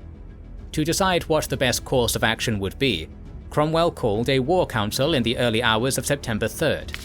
Most of the regimental colonels reiterated a desire to ship the infantry away and break out with cavalry. But Major General John Lambert dismissed the prospect, inspirationally arguing for an attack. In his view, Leslie's Scots sat in an incredibly vulnerable position. Having descended from Doon Hill's lofty heights, their backs were now literally to a wall. With a bit of skill and luck, the Scottish flank could be turned, and they could be smashed against that very wall. Still somewhat nervous, Cromwell and the other officers consented.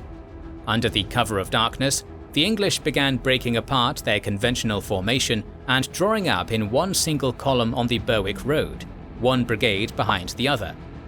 The advance began at 4 AM with a cannonade against the half-asleep Scottish left and the rapid seizure of crossing points across the Broxburn by Monk's infantry vanguard and some supporting cavalry. During a subsequent half-hour lull in the fighting, Leslie's officers failed to shift their forces to effectively counter Cromwell's attack plan, and were routed. Lambert crossed the ravine with his first mounted line not long after, and charged at his fellow Major General Montgomery's Scottish horsemen opposing him. Surprised by the New Model Army's vicious dawn assault, Leslie's beleaguered trooper front line on the right wing was swept from the field. At about the same time, Monk crossed the Broxburn with his highly trained infantry brigade just to Lambert's right, and marched it straight at an opposing unit of newly raised Scots recruits, led by General Lumsden. It wasn't even a challenge, for Monk ploughed through his opposition with ease and broke the unit, injuring and capturing Lumsden in the process. Despite their relatively swift collapse, Lumsden's greenhorns had held just long enough for reinforcements under Campbell of Lower to come forward. They charged into and utterly smashed Monk's tired brigade in brutal sword-point fighting, knocking it totally out of the battle and shoring up the line. That wasn't the worst of Parliament's troubles. While Lambert's victorious cavalry was still regrouping for another manoeuvre, Colonel Strachan's second line of Scots troopers surged forward and struck, throwing Lambert back across the Broxburn in defeat. Fortunately for the Major General, he also had a second line which he brought forward to reinforce the left wing, charging straight into Strachan's men and pinning them down in a head-on fight. While he did so, Cromwell steered his personal mounted guard and swung around near the coast, careening into the Scottish wing. This was the final straw that broke the camel's back. All of the cavalry units on Leslie's seaward wing broke, either dying where they stood or routing. Some of them barreled back down the road to Cockburn's Path, and others wheeled around towards Haddington. However, there was no pursuit. Discipline had always been one of the Ironsides' greatest character traits, and they showed it once again at Dunbar when Cromwell and Lambert called an immediate halt. As they had at Marston Moor and Naseby, the Parliamentary horse regrouped in good order. Now exposed due to their cavalry being blown away, the unengaged brigades of Leslie's left side infantry were totally unprepared when the New Model infantry pivoted and began rolling up their line against the Doon Hill. Cromwell and Lambert delivered the coup de grace by riding into the Scots' rear, destroying Campbell of Lower's unit, which fought to the last man. There was nothing left for the Scots to do but run. Those few who could ran away from the battlefield in the same direction that their mounted comrades had, but hundreds were slaughtered. Stunningly, up to 6,000 of Leslie's soldiers were captured in the disaster at Dunbar. The general himself retreated to Stirling Castle with a few thousand escapees. With Scotland's army shattered, Edinburgh capitulated to English parliamentary forces on September 7th. But the Third Civil War in Scotland and England would continue. The final campaign of Britain's terrible 9-year-long series of conflicts was fought in the late summer of 1651, when Cromwell lured Charles into invading England from the north. Leaving Lieutenant General George Monk behind in Scotland to oversee a force of 6,000 of his worst soldiers, Cromwell gathered the rest of his army and hurried south, marching 20 miles a day in some of the hottest summer weather in recent memory. Within a week, Cromwell's Puritans had reached the River Tyne, entering the little border town of Ferrybridge on August 19th. From here, Cromwell instructed Lambert to continue screening Charles's army. Thanks to Lambert's effective cavalry scouts, Cromwell knew the Royalists' every step. Cromwell was surprised yet gratified to learn that the local population in northern England still clung to the Puritan banner rather than supporting the Royalist cause. The common folk here perceived Charles's entry into northern England as an outright invasion by Scottish brigands. All across northern and central England, county militias were formed and moved into key positions to block any Royalist activities and defend the capital of London. Although Cromwell held a deep disdain for the militias, their sheer size and pool of available volunteers helped demoralise Charles and his Scottish army, forcing them to halt and rethink their strategy. 16 miles east of Liverpool along the River Mersey at Warrington, Charles's army encountered a mixed contingent of Cheshire and Staffordshire militia companies, augmented by Lambert's veteran cavalry squadrons. The Royalists attacked on August 16th, forcing the Puritans back from the bridge over the Mersey, since the swampy terrain made mounted combat by Lambert's horse troops impossible. He was also under orders not to bring on a general engagement, and so the cavalry withdrew, much to the joy and delight of the Scots, who brandished their swords and taunted the retreating horsemen. Although Charles had won a nearly bloodless victory at Warrington, his principal advisors were still deeply troubled. Leslie was the most concerned, noticing that there was little evidence of large-scale defections to the Royalist cause. Faced with similar concerns from his other advisors, Charles relented and gave up on his hopes of marching directly on London, instead opting to move west into the Loyalist-leaning territories along the Welsh border. He believed that he could recruit more Royalists to his cause in the western counties, especially from the hard-fighting Welshmen.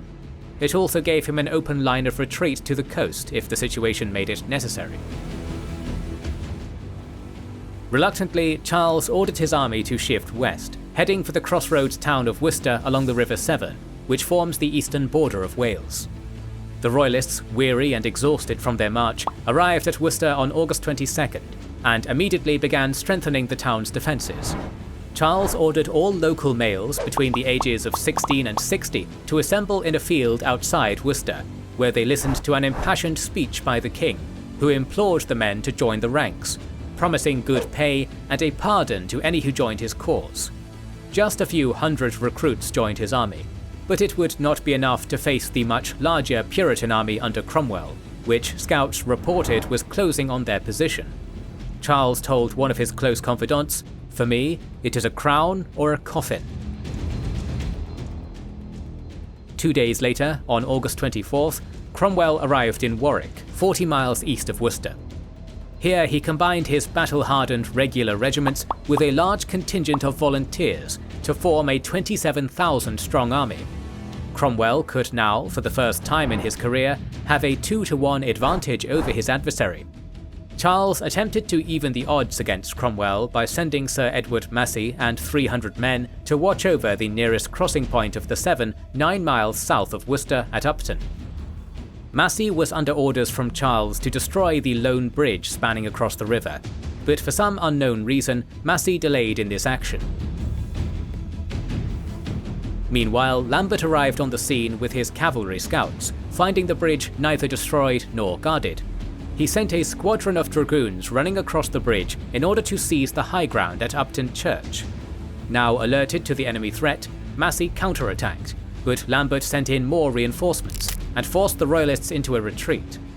Massey was badly wounded during the skirmish, needing to be carried off the field.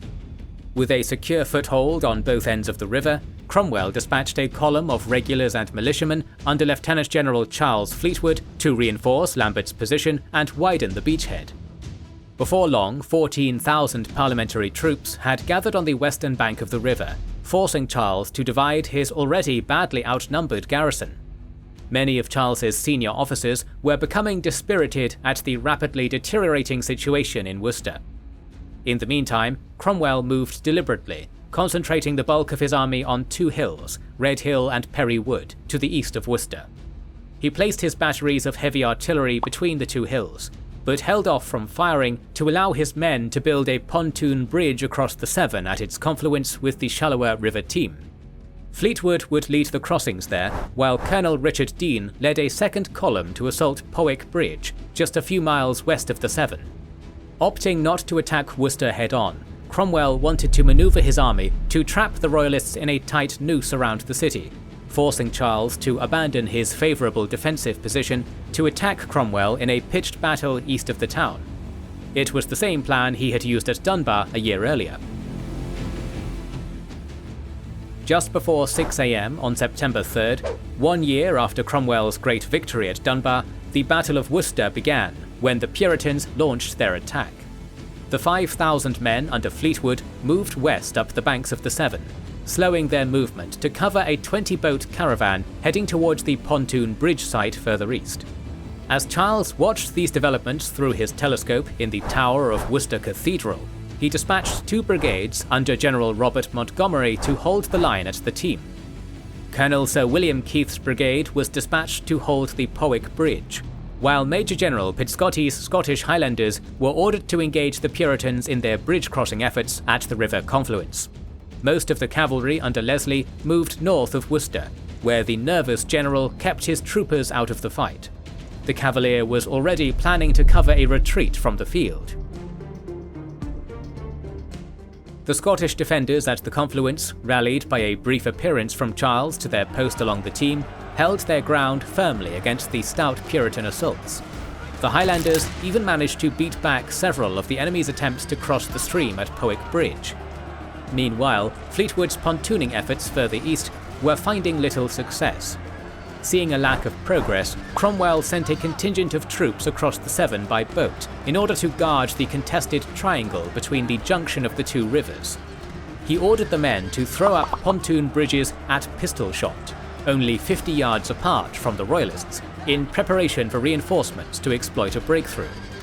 Despite coming under heavy fire, the Puritan pontooners managed to build their bridges, and between 3 and 4 PM, Cromwell personally led a hand-picked retinue, including his own bodyguard and the veteran foot regiments of Colonels Francis Hacker, Richard Ingoldsby and Charles Fairfax, across the river. The Highlanders, meanwhile, were poorly led by Piscotti, who were too far away to fight off the growing Puritan beachhead. Puritan horse reinforcements managed to sweep around the defenders' flanks on the open ground west of the river. Now that pressure to his front had been partially relieved, Fleetwood finally placed down his own pontoon bridge across the Teme to threaten the Scottish flank at Powick Bridge. Colonel Keith led his troops in a strategic withdrawal towards Worcester, fighting over every tree, bush and hedgerow between the bridge and the town. Finally running out of ammunition after hours of combat, the Scots were routed, breaking ranks for refuge in Worcester, while others hurried to escape the Puritan trap around the town. In the midst of the growing confusion, Colonel Keith was badly wounded, and Montgomery was captured.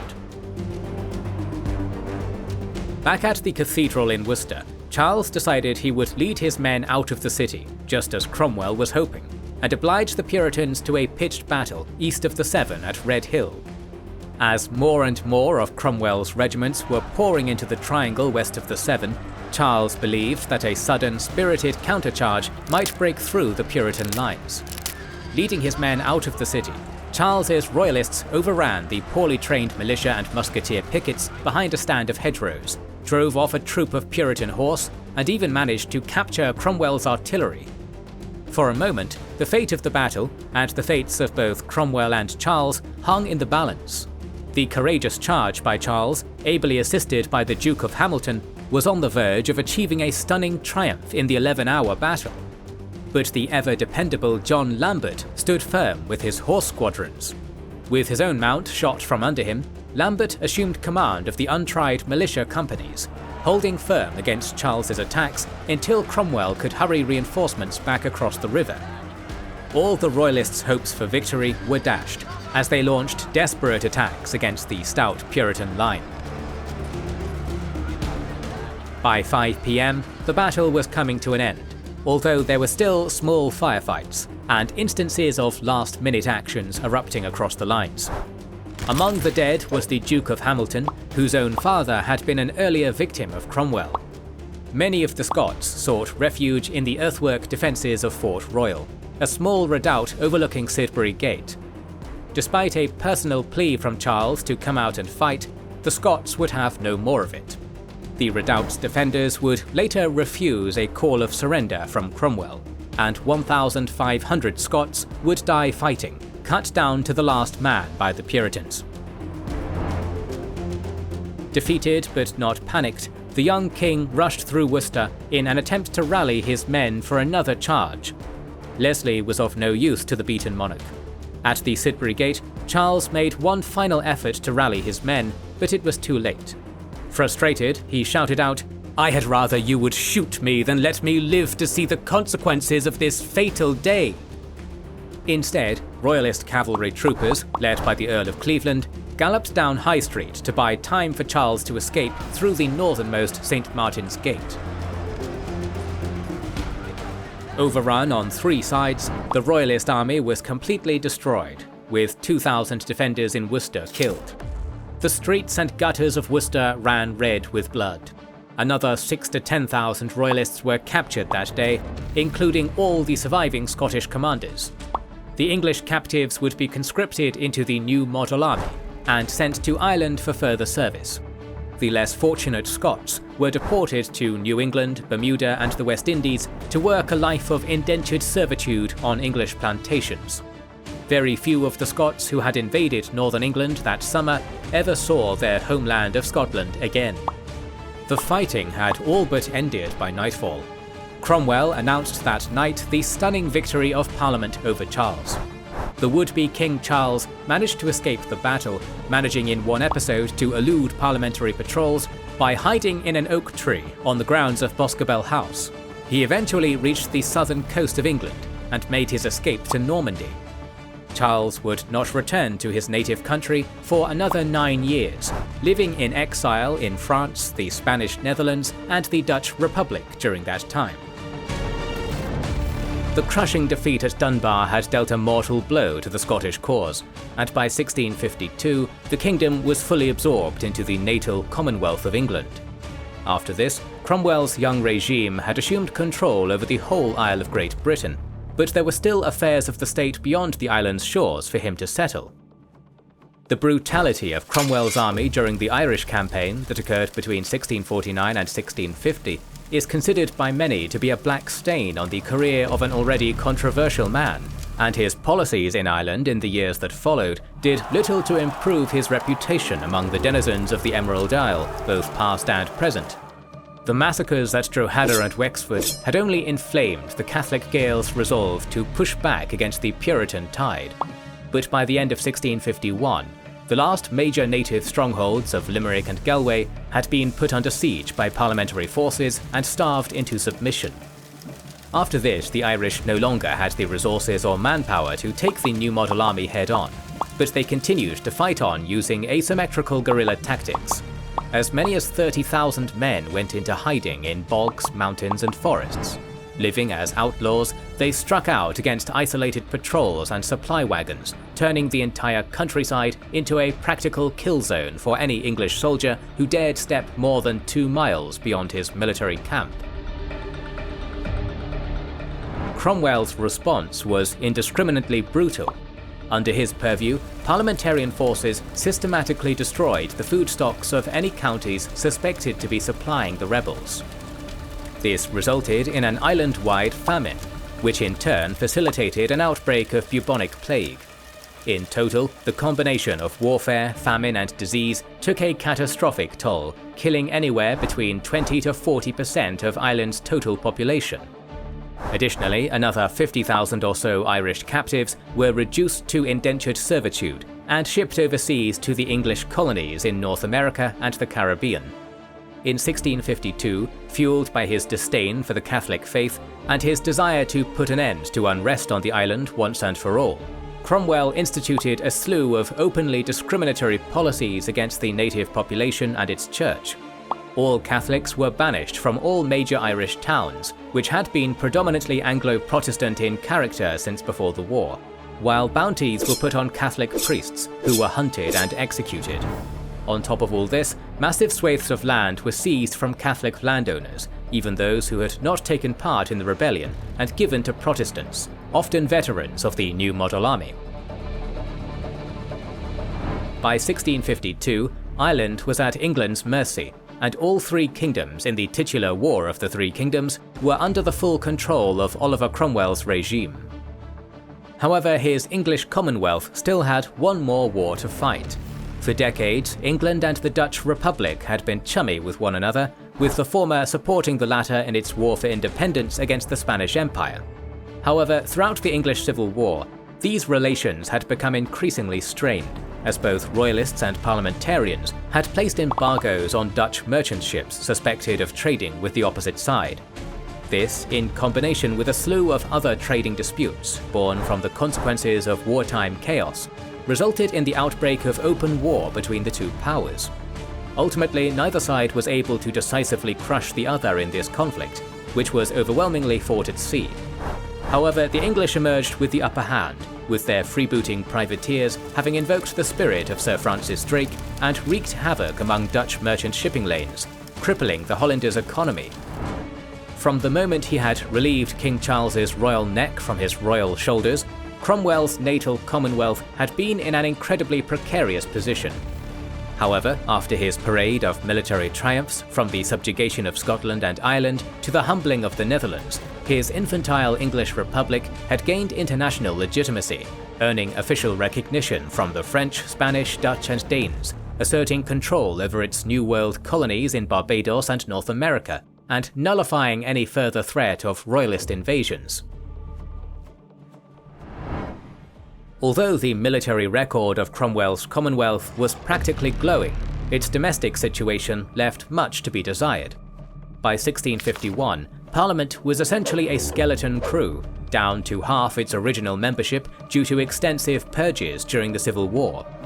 This chronically understaffed body politic, known as the Rump Parliament, proved itself utterly incompetent at composing legislation, such as when they passed the 1651 Navigation Act, an aggressively protectionist import and export policy which directly led to the aforementioned war with the Dutch Republic. Following the deposition of their monarchy and the dawn of a new age, the people of England, Cromwell included, were clamouring for extensive reforms. In this, the Rump Parliament also consistently failed to meet expectations, failing to address the religious and social issues of their day, and in general just failing to get anything done except for the self-congratulatory re-election of their own members. By the 20th of April 1653, Cromwell had grown fed up with this incompetency and gathered his army to eject the MPs from Westminster at gunpoint, temporarily eliminating all vestiges of civilian government in the Commonwealth and putting the military back in charge of England. Thereafter, Cromwell and his High Army Command took the formation of a new parliament into their own hands. By July 4th, they had appointed 140 new men to Westminster. This new parliament, known as the Nominated Parliament, was an unelected body, chosen not by the people but by a small group of military elites. In theory, its members were supposed to represent the diverse peoples of England, Wales, Scotland and Ireland. In practice, the representatives from Scotland and Ireland were English soldiers who had been appointed there after the English Commonwealth's subjugation of those two countries. Cromwell's rationale was that, by handpicking only people who were appropriately godly and sympathetic to religious reforms, that he would form a state apparatus that was unified in purpose and would actually get stuff done. Unfortunately, just being godly and generally open to change turned out to be too broad a qualification. Ultimately, the nominated parliament became an eclectic mess of colliding worldviews, with pragmatic lawyers who wanted sensible legal revisions clashing with doomsday preachers, esoteric mystics, and all other manner of religious zealots. This ideological schizophrenia ultimately paralyzed any attempt at productive cooperation, and after 5 months of constant infighting, the nominated parliament dissolved itself on December 12, 1653, and returned power back to Cromwell and the army. For the second time in 8 months, the existing government and constitution had collapsed, and in the resulting power vacuum, effective governmental control had reverted to the military and its commander-in-chief. Cromwell is often portrayed as a power-hungry tyrant, but to his credit, despite being given every opportunity to become a military dictator, he consistently tried to make a representative civilian government work. After the collapse of the nominated parliament, he and his military elites went back to the drawing board. By the 16th of December, one of his most decorated field commanders, Major General John Lambert, had come up with a new blueprint for governance. This was a document known as the Instrument of Government, which holds the distinction of being the first sovereign codified and written constitution in English history. The Instrument of Government proposed a government of 3 tiers. The first tier would be a parliament of 400 men, who this time would actually be elected by the constituents they represented. The second would be a 15-man Council of State. The third tier would be the Lord Protector, a single man who held supreme executive power and would serve as the head of state. It should come as no surprise whatsoever which man was assigned to take up this prestigious mantle. On the 16th of December 1653, the new government was put into place, and Cromwell was officially inaugurated as the Lord Protector of the Commonwealth of England, Scotland and Ireland. Despite his new grandiose title, Lord Protector Cromwell was not an absolute dictator by any means. All 3 branches of his new government had checks upon each other, while the Lord Protector himself required the majority consent of his Council of State before taking many actions, such as making use of the military when Parliament was not sitting or declaring war on foreign powers. Unfortunately, Cromwell's lofty ideals of a free and representative democracy did not survive the realities of what such a thing entailed.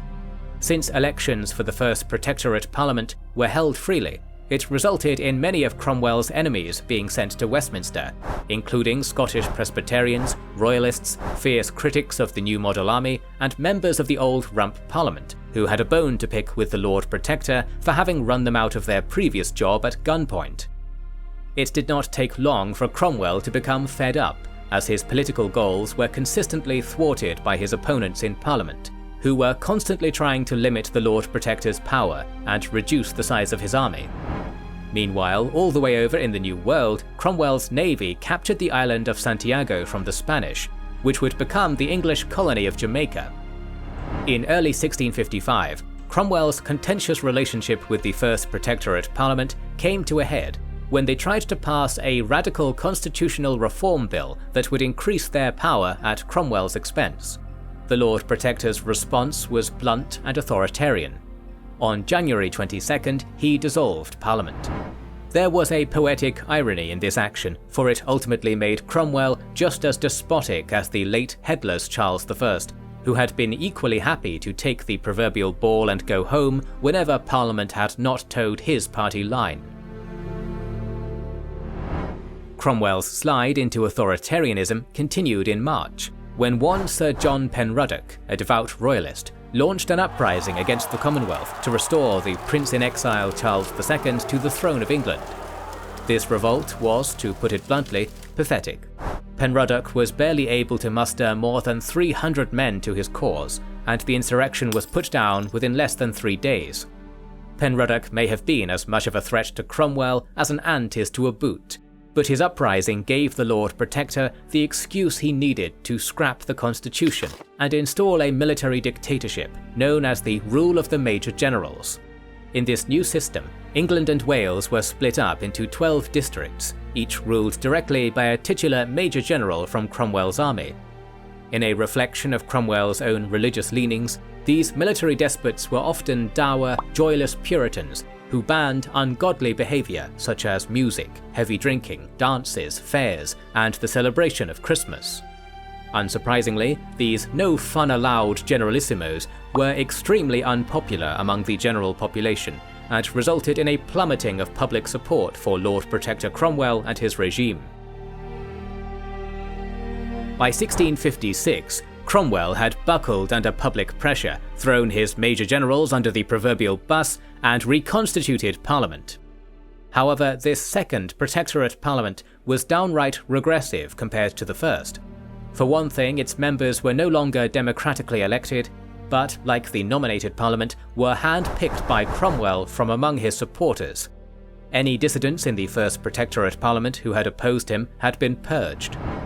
On the 26th of June 1657, Oliver Cromwell was ritually reinstated as Lord Protector in Westminster Hall. This lavish ceremony was a coronation in all but name. Cromwell was sat upon King Edward's chair, invested with a purple ermine-lined robe, and bestowed upon with a sword of justice and a sceptre. It should be noted that although Cromwell's toady parliament had offered to crown him king, he adamantly refused, insisting on maintaining the title of Lord Protector.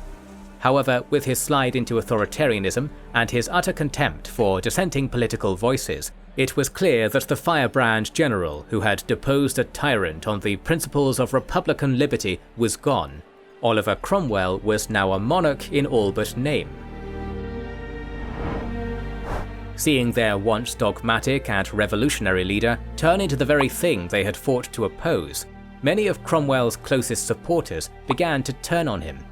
By the end of 1657, the Parliament, which was supposed to be stacked with his puppets, had even begun to defy him, readmitting former MPs from his previous political purges.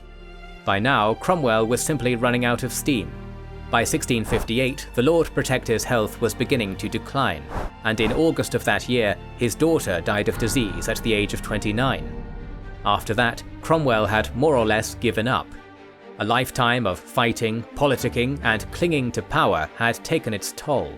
God's chosen Englishman had deposed the monarchy, but ultimately failed to establish a stable government in its place. On the 3rd of September 1658, Oliver Cromwell died of sepsis following a urinary infection. His son, Richard Cromwell, succeeded him as Lord Protector, but Richard's rule was dead on arrival. Unable to control either Parliament or the army, he was quickly deposed. In his place, the Rump Parliament that his father had dissolved in 1653 resumed control over the country. In the ensuing political chaos, a Royalist general, George Monk, seized control of the Rump Parliament, which ultimately facilitated a royal restoration. On the 29th of May 1660, Charles II entered London after a 10-year exile and reclaimed the throne that his father had lost. The royal house of Stuart was officially back in power, and England's republican experiment was officially over. We will talk about the history of Britain and early modern history in general in the coming weeks and months, so make sure you are subscribed and have pressed the bell button to see it. Please consider liking, subscribing, commenting and sharing, it helps immensely.